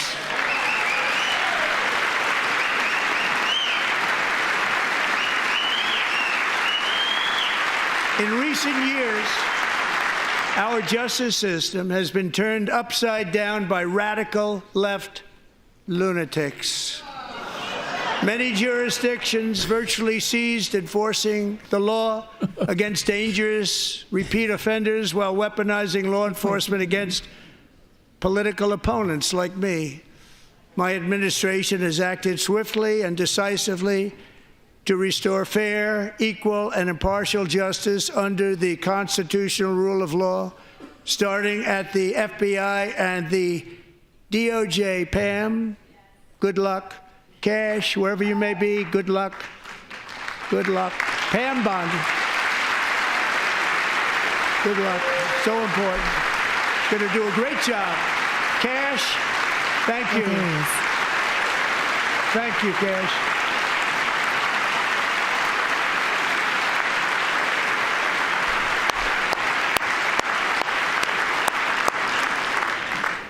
They've already started very strong. They're going to do a fantastic job. You're going to be very proud of them.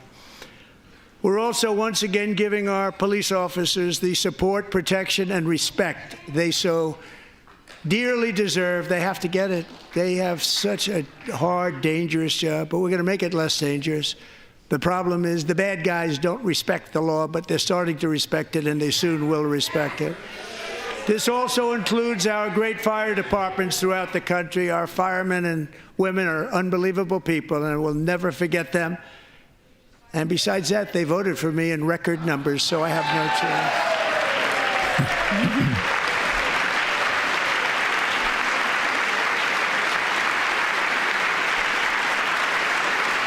Nope, they don't like firemen either. 31-year-old New York police officer Jonathan Diller, unbelievably wonderful person and a great officer, was gunned down at a traffic stop on Long Island. I went to his funeral. The vicious criminal charged with his murder had 21 prior arrests, and they were rough arrests, too. He was a real bad one. The thug in the seat next to him had 14 prior arrests, and went by the name of Killer. He was Killer. He killed other people, they say, a lot of them. I attended Officer Diller's service, and when I met his wife and one-year-old son, Ryan, it was very inspirational, actually. His widow's name is Stephanie, and she is here tonight. Stephanie, thank you very much, Stephanie. Thank you very much.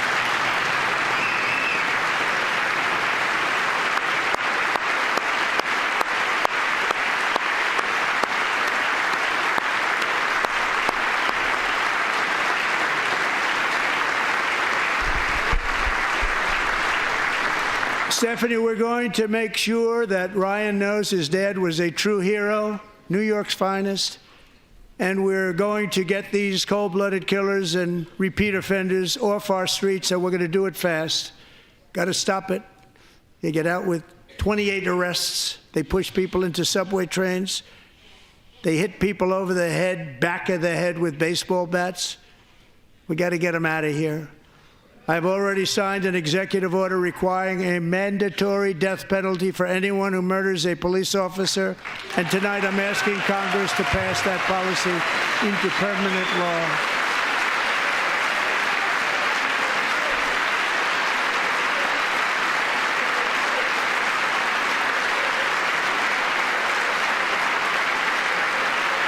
I'm also asking for a new crime bill getting tough on repeat offenders while enhancing protections for America's police officers so they can do their jobs without fear of their lives being totally destroyed. They don't want to be killed.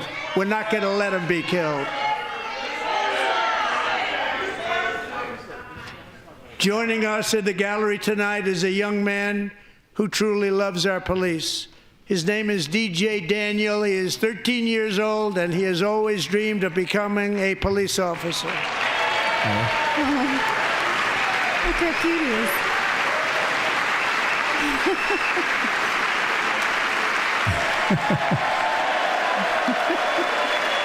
That's cute.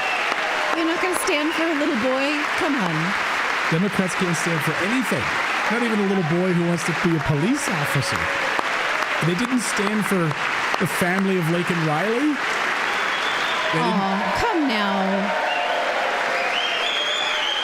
Are they standing for him? I can't tell.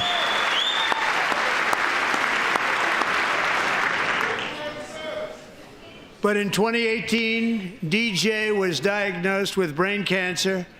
The doctors gave him 5 months at most to live. That was more than 6 years ago.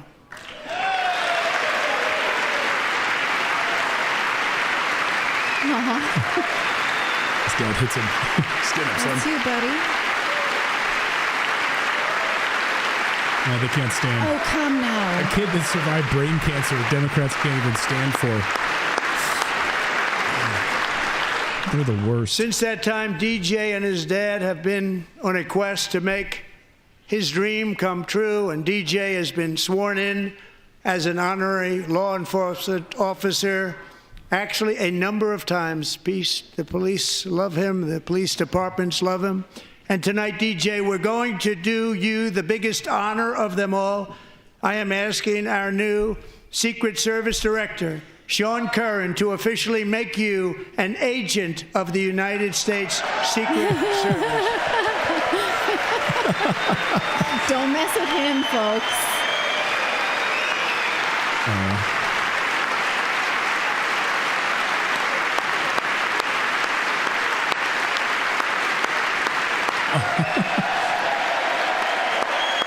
That's a cute moment. Don't mess, you guys. I'm telling you. Oh.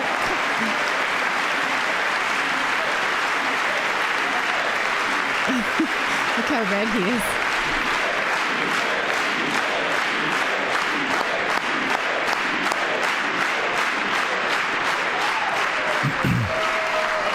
Thank you, DJ.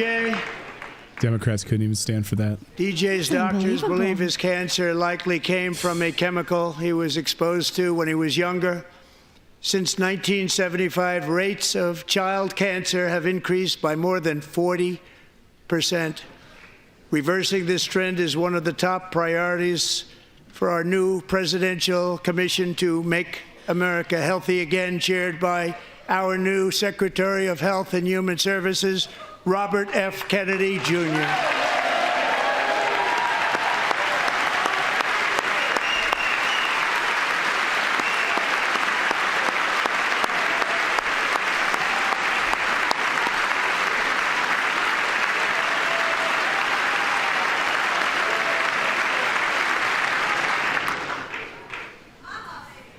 With the name Kennedy, you would have thought everybody over here would have been cheering. How quickly they forget. Our goal is to get toxins out of our environment, poisons out of our food supply, and keep our children healthy and strong. As an example, not long ago, and you can't even believe these numbers, 1 in 10,000 children had autism, 1 in 10,000. And now it's 1 in 36. There's something wrong. 1 in 36. Think of that. So we're going to find out what it is, and there's nobody better than Bobby and all of the people that are working with you. You have the best to figure out what is going on. Okay, Bobby? Good luck. It's a very important job. Thank you. Notice he's not placing the blame on any one thing, as the media will accuse him of. Yeah, he's saying he's going to figure out what it is. Thank you. My administration is also working to protect our children from toxic ideologies in our schools. A few years ago, January Littlejohn and her husband discovered that their daughter's school had secretly socially transitioned their 13-year-old little girl. Teachers and administrators conspired to deceive January and her husband while encouraging her daughter to use a new name and pronouns. They, them pronoun, actually, all without telling January, who is here tonight and is now a courageous advocate against this form of child abuse. January, thank you. Thank you. Thank you very much.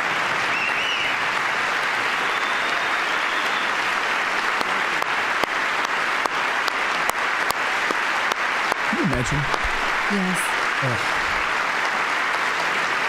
Thank you. Stories like this are why, shortly after taking office, I signed an executive order banning public schools from indoctrinating our children with transgender ideology. Hallelujah.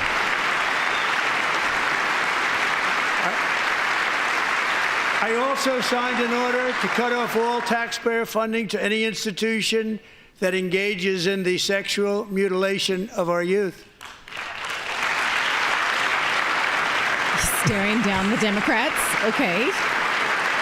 You know whose ideas those were. And now I want Congress to pass a bill permanently banning and criminalizing sex changes on children and forever ending the lie that any child is trapped in the wrong body. This is a big lie.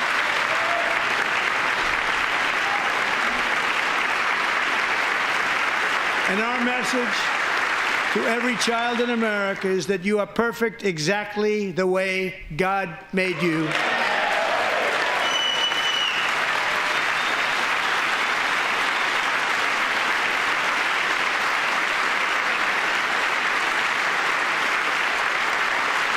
Which used to be a liberal talking point. We're getting wokeness out of our schools and out of our military, and it's already out, and it's out of our society. We don't want it. Wokeness is trouble. Wokeness is bad. It's gone. It's gone. And we feel so much better for it, don't we? Don't we feel better?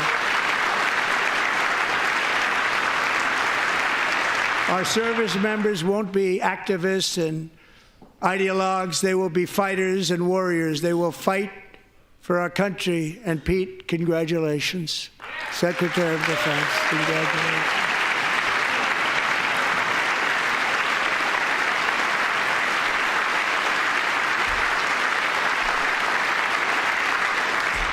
And he's not big into the woke movement, I can tell you. I know him well. I am pleased to report that in January, the U.S. Army had its single best recruiting month in 15 years, and that all armed services are having among the best recruiting results ever in the history of our services. What a difference.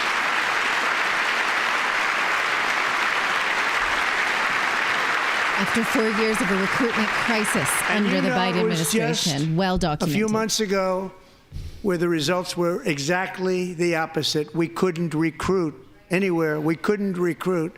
Now we're having the best results just about that we've ever had. What a tremendous turnaround. It's really a beautiful thing to see. People love our country again. It's very simple. They love our country, and they love being in our military again. So it's a great thing, and thank you very much. Great job. Thank you.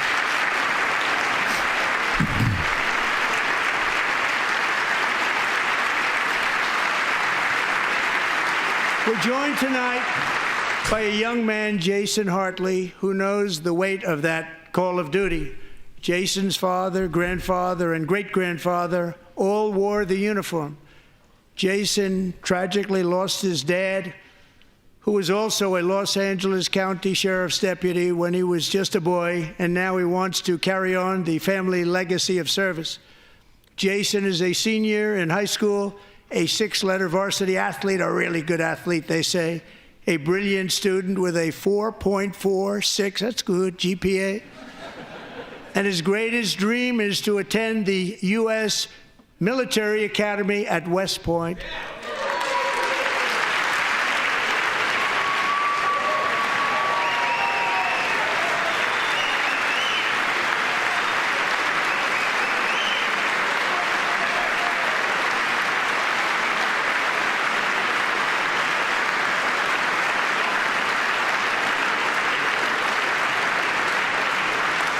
And Jason, that's a very big deal getting in. That's a hard one to get into. But I'm pleased to inform you that your application has been accepted. You will soon be joining the Corps of Cadets. Wow.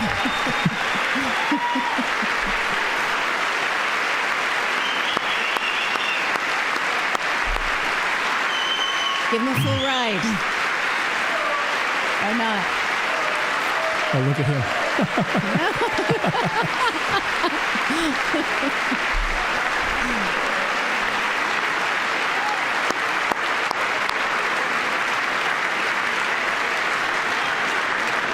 Thank you.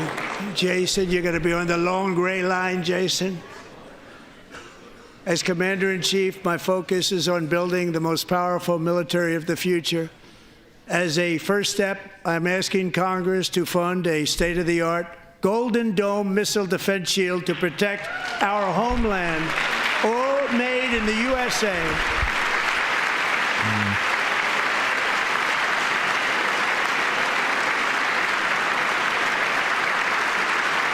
And Ronald Reagan wanted to do it long ago, but the technology just wasn't there, not even close. But now we have the technology. It's incredible, actually. And other places, they have it. Israel has it. Other places have it. And the United States should have it too, right, Tim, right? They should have it too. So I want to thank you. But it's a very, very important. This is a very dangerous world. We should have it. We want to be protected, and we're going to protect our citizens like never before. To boost our defense industrial base, we are also going to resurrect the American shipbuilding industry, including commercial shipbuilding and military shipbuilding.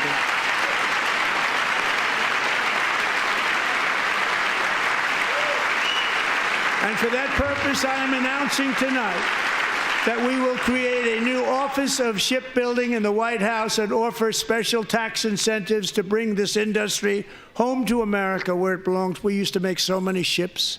We don't make them anymore very much, but we're going to make them very fast, very soon. It will have a huge impact. To further enhance our national security, my administration will be reclaiming the Panama Canal, and we've already started doing it.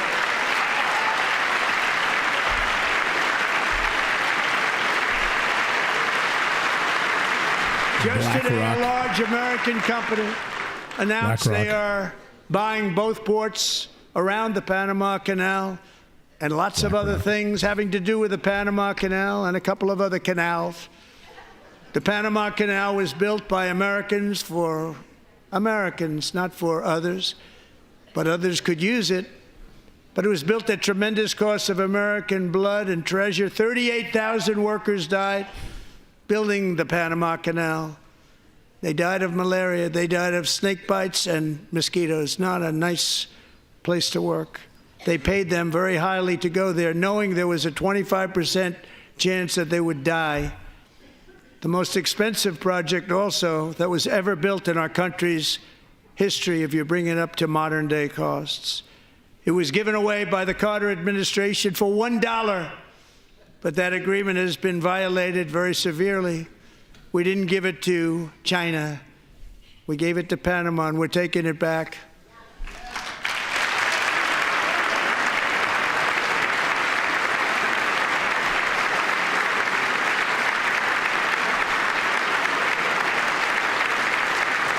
And we have Marco Rubio in charge. Good luck, Marco. Now, we know who to blame if anything goes wrong. Marco's been amazing, and he's going to do a great job. Think of it. He got 100 votes. You know, he was approved with actually 99, but the 100th was this gentleman, and I feel very certain. So let's assume he got 100 votes, and I'm either very, very happy about that or I'm very concerned about it. But he's already proven. I mean, he's a great gentleman. He's respected by everybody, and we appreciate you voting for Marco. He's going to do a fantastic job. Thank you. Thank you. He's doing a great job. Great job. And I also have a message tonight for the incredible people of Greenland. We strongly support your right to determine your own future. And if you choose, we welcome you into the United States of America. We need Greenland for national security and even international security, and we're working with everybody involved to try and get it. We need it really for international world security, and I think we're going to get it. One way or the other, we're going to get it. We already have bases there. We will keep you safe. We will make you rich, and together we will take Greenland to heights like you have never thought possible before. It's a very small population, but very, very large piece of land and very, very important for military security. America is once again standing strong against the forces of radical Islamic terrorism. 3.5 years ago, ISIS terrorists killed 13 American service members and countless others in the Abbey Gate bombing during the disastrous and incompetent withdrawal from Afghanistan. Not that they were withdrawing, it was the way they withdrew. Perhaps the most embarrassing moment in the history of our country. Tonight, I am pleased to announce that we have just apprehended the top terrorist responsible for that atrocity, and he is right now on his way here to face the swift sword of American justice.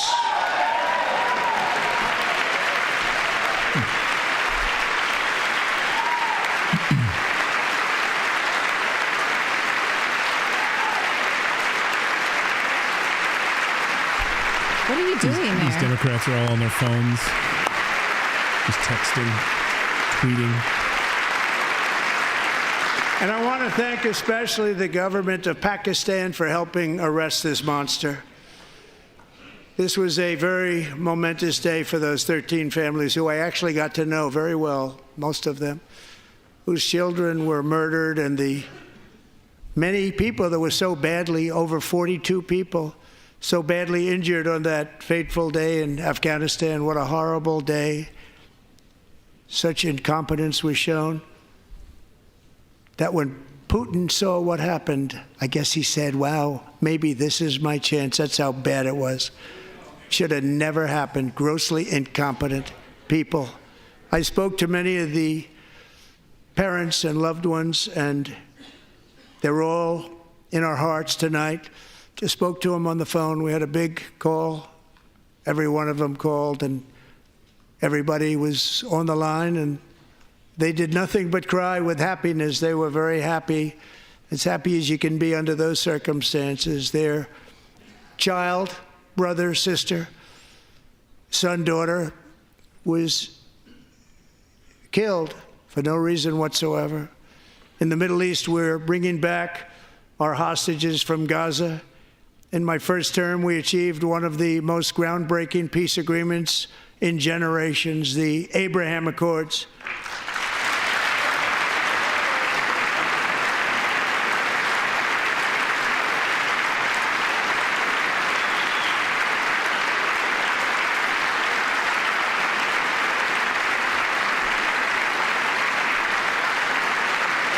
And now we're going to build on that foundation to create a more peaceful and prosperous future for the entire region. A lot of things are happening in the Middle East. People haven't been talking about that so much lately with everything going on with Ukraine and Russia. But a lot of things are happening in the Middle East. It's a rough neighborhood, actually. I'm also working tirelessly to end the savage conflict in Ukraine. Millions of Ukrainians and Russians have been needlessly killed or wounded in this horrific and brutal conflict with no end in sight. The United States has sent hundreds of billions of dollars to support Ukraine's defense with no security, with no anything.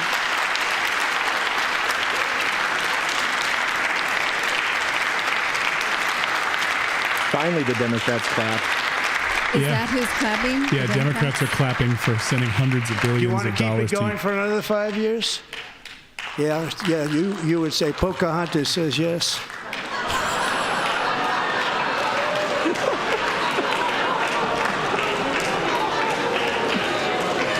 Yes, she does. 2,000 people are being killed every single week. More than that. They're Russian young people. They're Ukrainian young people. They're not Americans, but I want it to stop. Meanwhile, Europe has sadly spent more money buying Russian oil and gas than they have spent on defending Ukraine, by far. Think of that. They've spent more buying Russian oil and gas than they have defending. And we've spent perhaps $350 billion, like taking candy from a baby. That's what happened. And they've spent $100 billion. What a difference that is. And we have an ocean separating us, and they don't. But we're getting along very well with them, and lots of good things are happening. Biden has authorized more money in this fight than Europe has spent by billions and billions of dollars. It's hard to believe that they wouldn't have stopped it and said at some point, come on, let's equalize. You got to be equal to us. But that didn't happen. Earlier today, I received an important letter from President Zelensky of Ukraine. The letter reads, Ukraine is ready to come to the negotiating table as soon as possible to bring lasting peace closer. Nobody wants peace more than the Ukrainians, he said. My team and I stand ready to work under President Trump's strong leadership to get a peace that lasts. We do really value how much America has done to help Ukraine maintain its sovereignty and independence. Regarding the agreement on minerals and security, Ukraine is ready to sign it at any time that is convenient for you. I appreciate that he sent this letter, just got it a little while ago. Simultaneously, we've had serious discussions with Russia and have received strong signals that they are ready for peace. Wouldn't that be beautiful? Wouldn't that be beautiful?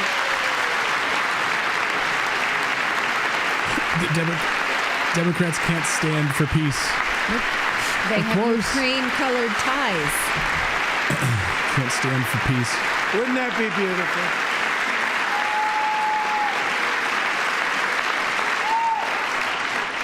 It's time to stop this madness. It's time to halt the killing. It's time to end this senseless war.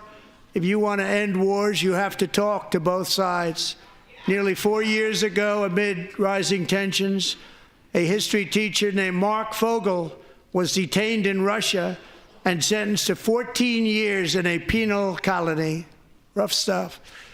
The previous administration barely lifted a finger to help him. They knew he was innocent, but they had no idea where to begin. But last summer, I promised his 95-year-old mother, Malphine, that we would bring her boy safely back home. After 22 days in office, I did just that, and they are here tonight.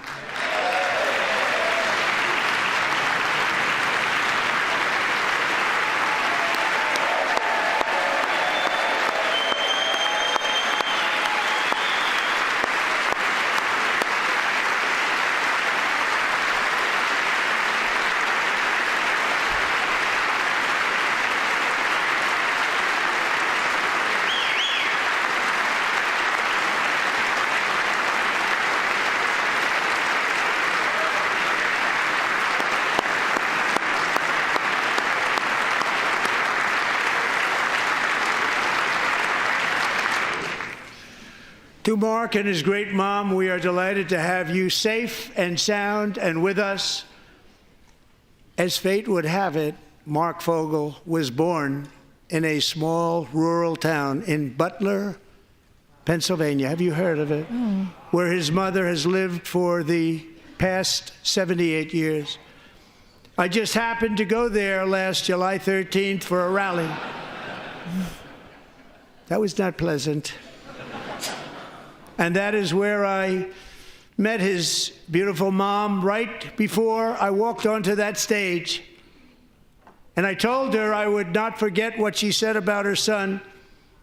And I never did I? Never forgot. Less than 10 minutes later, at that same rally, gunfire rang out, and a sick and deranged assassin unloaded 8 bullets from his sniper's perch into a crowd of many thousands of people. My life was saved by a fraction of an inch, but some were not so lucky.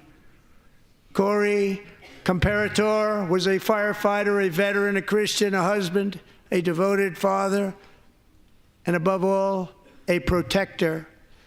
When the sound of gunshots pierced the air, it was a horrible sound. Corey knew instantly what it was and what to do. He threw himself on top of his wife and daughters and shielded them from the bullets with his own body. Corey was hit really hard. You know the story from there. He sacrificed his life to save theirs. 2 others, very fine people, were also seriously hit.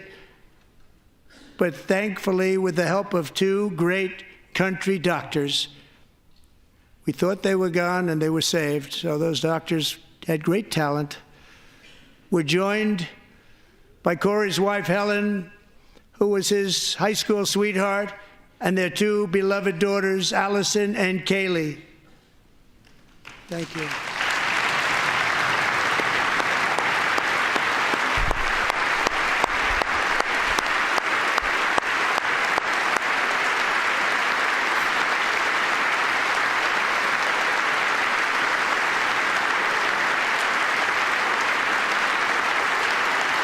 Oh, they stood for that. Wow.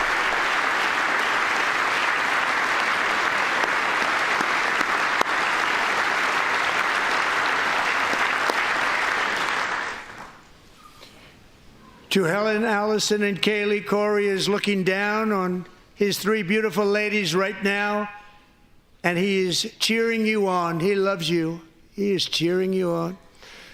Corey was taken from us much too soon, but his destiny was to leave us all with a shining example of the selfless devotion of a true American patriot. It was love like Corey's that built our country, and it's love like Corey's that is going to make our country more majestic than ever before. I believe that my life was saved that day in Butler for a very good reason. I was saved by God to make America great again. I believe that. Thank you.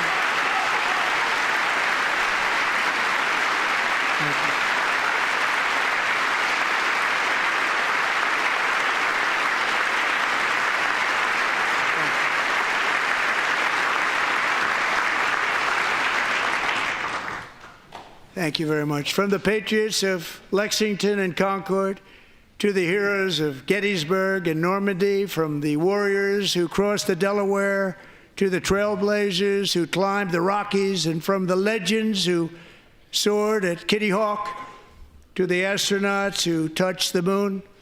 Americans have always been the people who defied all odds, transcended all dangers, made the most extraordinary sacrifices, and did whatever it took to defend our children, our country, and our freedom. And as we have seen in this chamber tonight, that same strength, faith, love, and spirit is still alive and thriving in the hearts of the American people.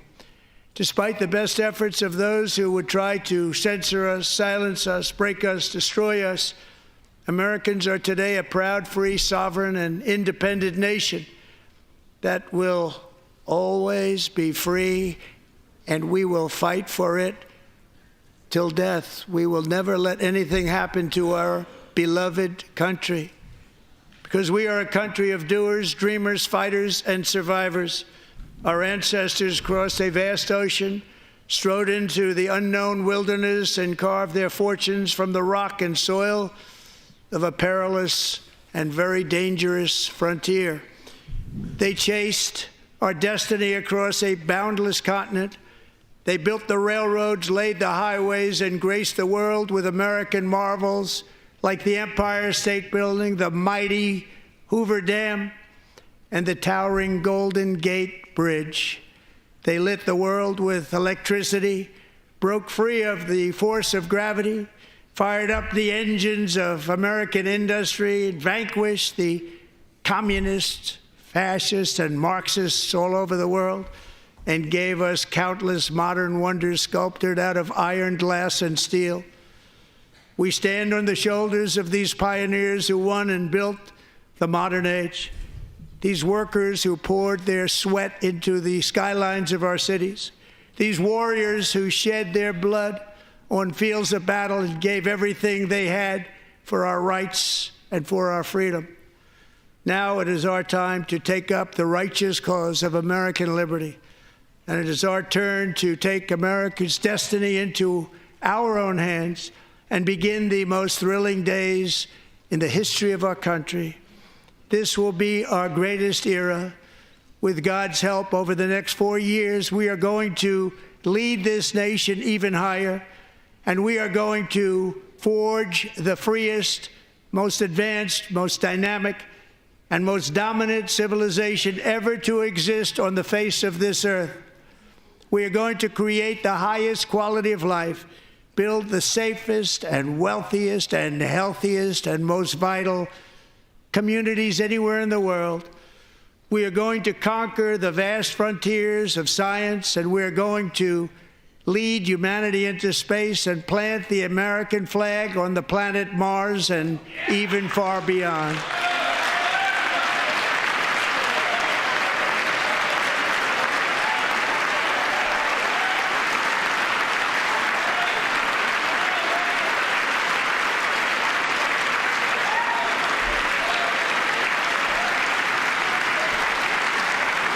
And through it all, we are going to rediscover the unstoppable power of the American spirit.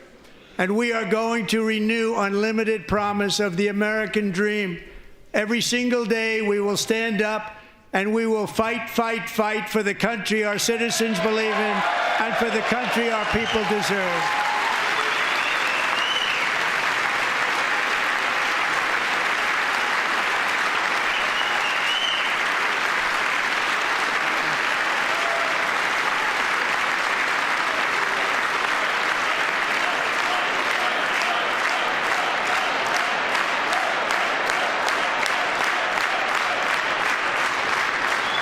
My fellow Americans, get ready for an incredible future, because the golden age of America has only just begun.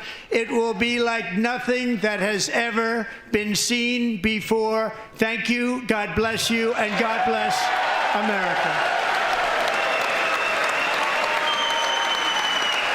So I think the time for this one started at 7:19, and it's or 9:19, 9:19 rather, Eastern and it's time. about 11 o'clock now. So that was about an hour and 40 minutes. Yeah, that was a long one, but I think, informative. So you had a president who has signed, hundreds of executive orders in the first few weeks of his presidency, everything from getting rid of transgender ideology in the military to getting it out of schools to protecting women in sports, shutting making the sure border. that female sports is only for biological females. Yes, shutting the border. So running down a laundry list of those things, of course, that's what you want to do. And you want to talk about your first few accomplishments in the first few weeks. I mean, to get up there and say the state of the economy is in shambles under what President Trump was handed by the Biden administration, incredibly high inflation, high interest rates, huge problems right now in terms of the commercial real estate market that he was handed. So we're going to see a lot of this here in the next 6 months unfolding from an economic perspective to see what these tariffs will do. He talked about tariffs. He talked about ending the wars. He didn't mention Israel by name, which I thought was interesting. Like normally at these events we have an Israeli first. Right. So he didn't mention Israel by name, but he talked about Gaza and getting hostages back. Yes, and then he did. quickly moved on to Ukraine. Well, Israel is a tough neighborhood is usually a euphemism from Israel's got it bad because of their surroundings. That's what I hear when I hear that. But there was no, we need to protect Israel and their interest first. So that was interesting. Cezino in our chat says he said nothing. Did he say nothing?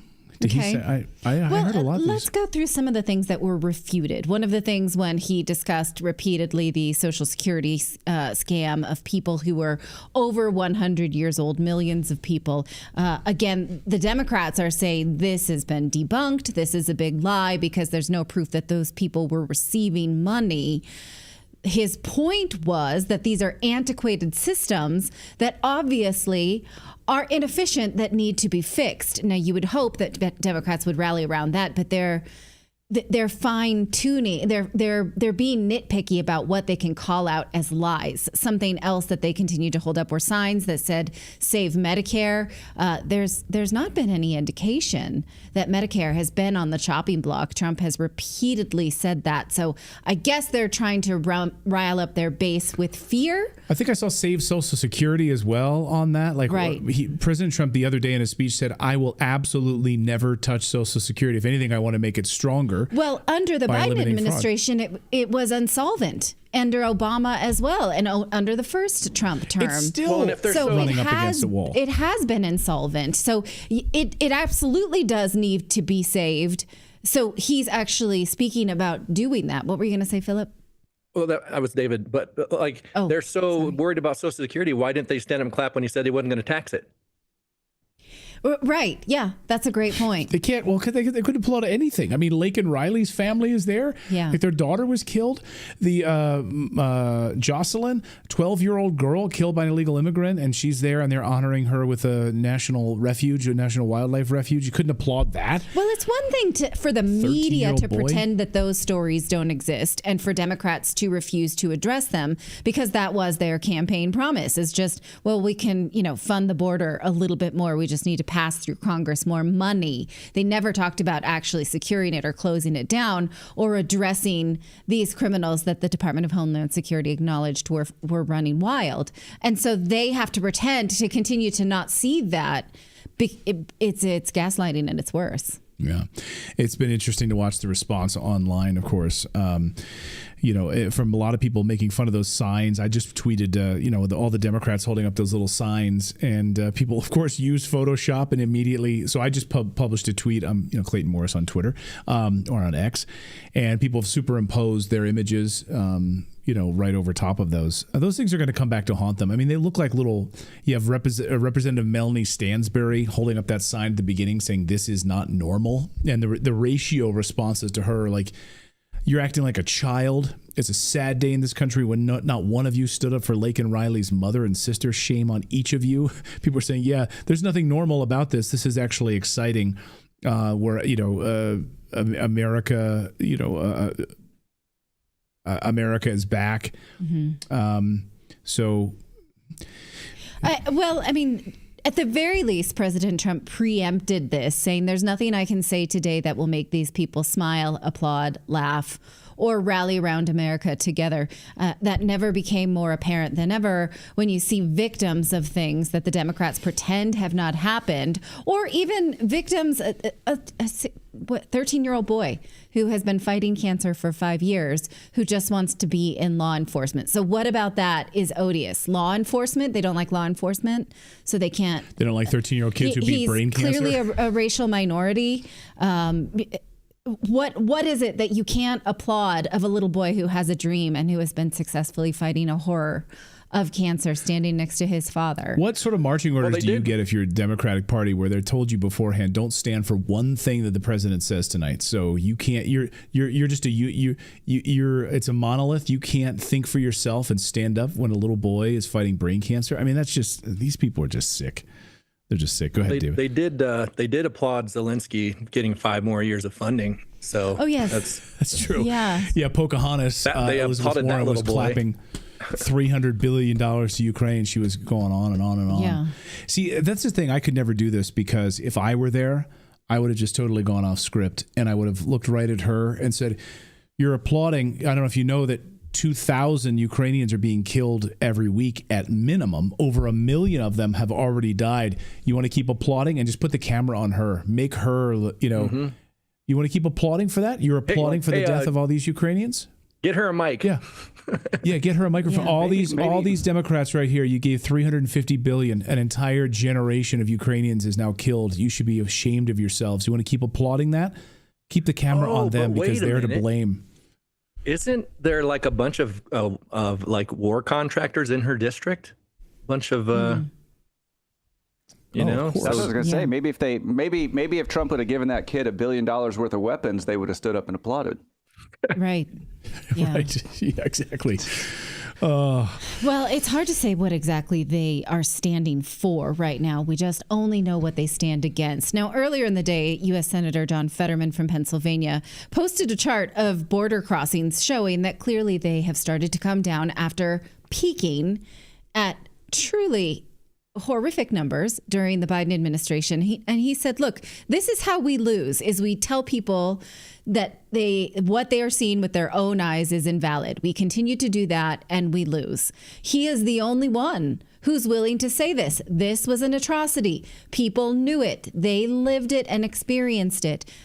We didn't get any pictures of him standing, so we don't know if he felt differently than the rest of them. We won't have to watch very long for their narrative to form. And it seemed like they were forming it in real time because most of them just sat on their phones. I'm struck by the fact that the phone policy inside a joint session of Congress is more lax than in my daughter's middle school. Yeah, she's not allowed to just sit there like that. Like maybe we should set a better example for the kids, guys. That's ridiculous. Let me show this tweet. So this is the one I was talking about earlier. This is the now the meme that's going to be emerging from all these Democrats who just sit there and won't applaud. I love war. Click on it and increase the last. size so we can see it a little bit. Click on the image so it gets bigger. There you go. I voted against women. Illegals first. I steal from taxpayers. Per Maya Jayapal there. I don't know what a woman is. America last. Yeah, these are not going to go over well. Like, these are going to be memed to death. Yeah. Well, Democrats do have a rebuttal that has been prepared that will be streamed from Elisa Slotkin. So we'll see what the actual refutations are of this speech. I want to point out Thomas Massey, a friend of the show, Thomas Massey, one of our favorite congressmen. He tweeted this: Congress just stood up and applauded DOGE for exposed wasteful and fraudulent programs that Congress itself funded and plans to fund in the continuing resolution, the CR that's about to be voted on. So he's not happy that Democrats are like applauding DOGE. This is what I talked about today in my interview today with Representative Eric Burleson on the show. I said to him, one of my big fears is that we're playing a shell game right now with DOGE. They're all sort of distracting us over here with all of these great things that they found. But over here, Republicans are just going to go back to voting for all of this crap all over again. And to which Burleson told me today, he said, it's not a fantasy, Clayton. He said it's a reality. He's like, they're going to go back to voting for a lot of this stuff. So, again, I think Americans are sick of it, and I hope that we're not just being distracted by Doge. Right. Well, fear not. I got a text from Nancy Pelosi, and she's saying that Trump is about to leave the stage, so I can chip in to make sure his lies backfire. Oh, they're raising donations. So okay. I can donate. She's not saying exactly what was a lie or what it's only. Notice how she's asking. First of all, why am I on Nancy Pelosi's fundraising text? But second of all, she's just saying, let's make sure his lies backfire. Like, what am I supposed to rally against there? Just Trump hate. That's it. Oh, yeah. Not let's make things better for the people who are being hurt by these things. They can't make a connection at this point. Yeah. People want to Al Green. Remember Al Green at the beginning, the Texas representative who was shouting and yelling and then got kicked out by the sergeant at arms. Let's not forget that. That's the first time I think I've ever seen that. Of course, maybe going back to like Andrew Jackson in the early 1800s before something like that was disruptive inside the Senate chamber during one of these speeches. So a lot of characterizations and allusions being drawn between President Trump and Andrew Jackson. So maybe this is a similar moment here. Go ahead, Philip. Oh, I was just curious how much Nancy Pelosi's stock trading money she was going to put into that Stop Trump Lies fund, or if she just wants it from you. She's great at it. Right. Yeah. Kurt Schmidt says, avenge the USS Liberty. Yeah, we've done whole deep dives on the USS Liberty here on the show. I would love to see the president acknowledge the USS Liberty, and I hope that the president would actually do a full investigation, put a congressional panel together and an actual congressional committee to investigate the USS Liberty and the disaster that when Israel killed our sailors on the USS Liberty in collaboration with the CIA. If you don't know the story of the USS Liberty from the late 1960s, I've done a whole deep dive interview with one of the survivors here on the channel. You can go and watch that. My interview with Phil, his name was Philip. I think it's Tui. Excuse me, off the top of my head, it's late.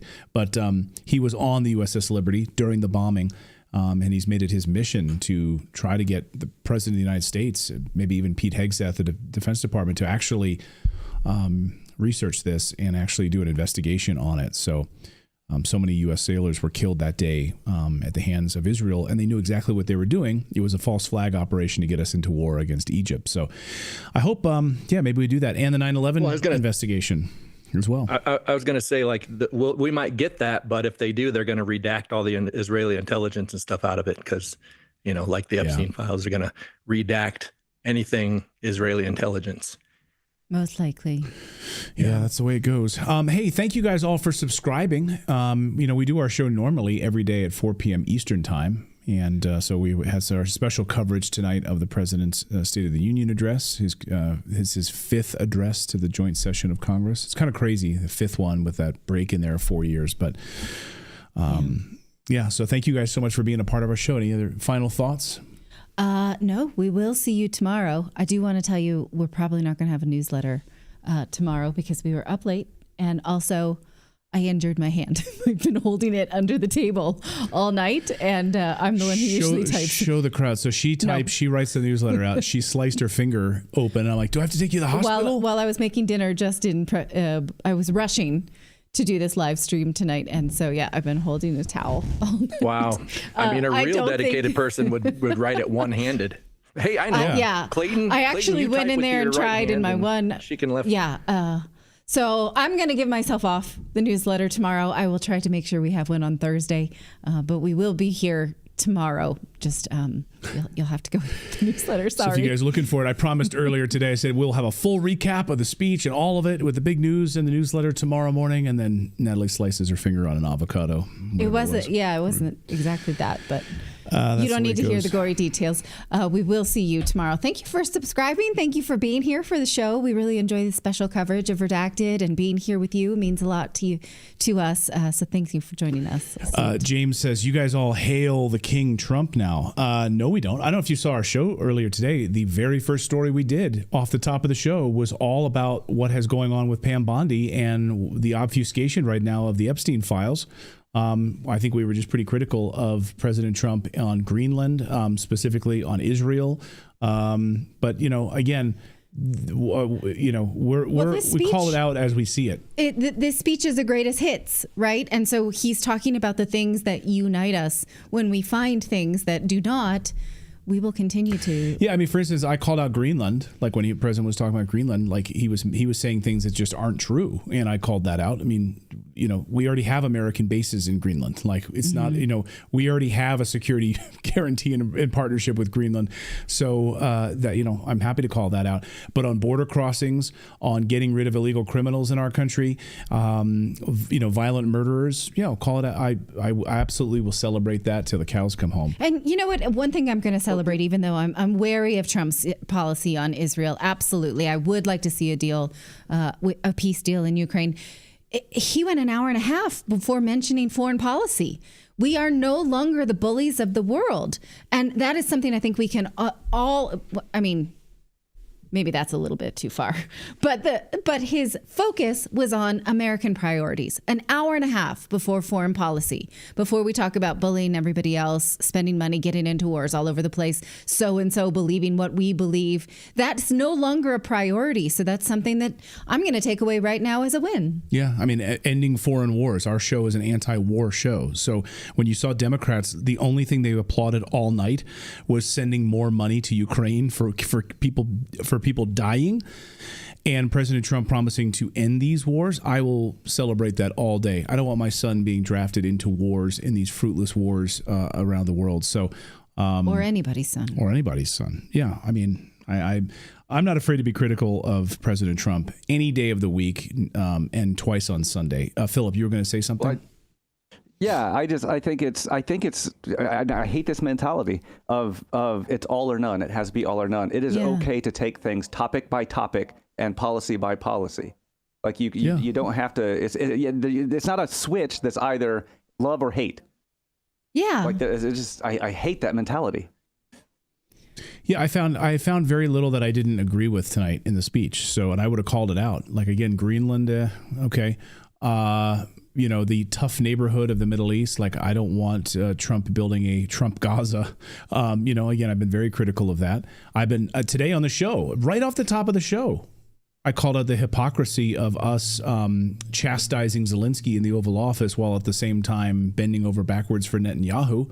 Like, wouldn't it be amazing to give that same level of chastisement to Benjamin Netanyahu? Yeah. So we don't speak in teams here. Yeah. That's just not what we do in Redacted. We like this person or don't like this, and so therefore we can only cover what we like. That's not what journalists are supposed to. I know what they do that, but that's not what a journalist is supposed to do. Like things and then promote them. Well, it's funny too. And the one thing that made me cringe, I want to say really quick, was the Iron Dome thing. Like, I'm not really on board with that, but a lot of people talk to me when I'm like posting stuff on social media. Like, what if Clayton and Natalie found out that you think that way? I was like, we all believe different things on different things, and we're adult enough that we can have differences and have conversations, but not hate each other at the end of the day. Because it's I'm not your mom. You can believe what you want. Yeah, I mean, the Golden Dome, the Iron Dome that actually doesn't work in Israel with hypersonic missiles. But he called it the Golden Dome in the United States. No, I think it's a massive boondoggle, waste of money, and expanding our military-industrial complex. We don't need a freaking Golden Dome in the United States. It's ridiculous. No. And by the way, the hypersonic missiles flew right by it in Israel. So doesn't actually stop what it says it stops. It stops like small arms stuff. Anyway, we don't have to go down the Iron Dome route. Well, we should when we actually are doing coverage on the show. Exactly. Yeah, but I was going to say the only reason you need it is because of our foreign policy of what we do on the, like, if we weren't doing what we were doing across the world, we wouldn't need that much defense. Like, well, that's a good point. Stop it with your chicken rig. Yeah, exactly right. Yeah. Yeah, if we don't actually go in and destabilize other countries, like in Libya or in Afghanistan or Iraq or Sudan or Syria, or the list is endless. If we don't go and do that, maybe we won't have to build a Golden Dome in the United States. It's ridiculous. Yeah, but if we're really focused on like China and Iran and Russia, they have hypersonic missiles that we don't have, which again, a Golden Dome is not going to stop. So. Yeah, it's to me, it's a waste of money. It's a boondoggle. I wouldn't want to live a couple blocks from that thing. Be like sleeping at night and be like, what's that? Oh, that's just the Golden Dome shooting some missiles off again. Right. Yeah. Anyway, all right. So that's all to say. Yeah. Okay, don't get drawn in by the chat. No, I love our chat room. Okay. I'm not afraid to. But don't get drawn in by a troll. No. Get drawn in by nice people if you want to. We have a lot of great people here then. And well, you just... We have a lot of them. We have a lot of great people. I'm just looking. Hello from Poland, Jan Kolaski says. South Africa. What are you doing up? It's South so Africa late. watching us. Australia. Good to see all you guys. All right. Hey, tomorrow we've got a couple of great guests lined up for you on Redacted on our live show tomorrow. So please subscribe to the channel. We'll be back tomorrow live at 4 p.m. Eastern time. Hope you guys have a great night, everyone. And we'll see you tomorrow. Bye, everyone.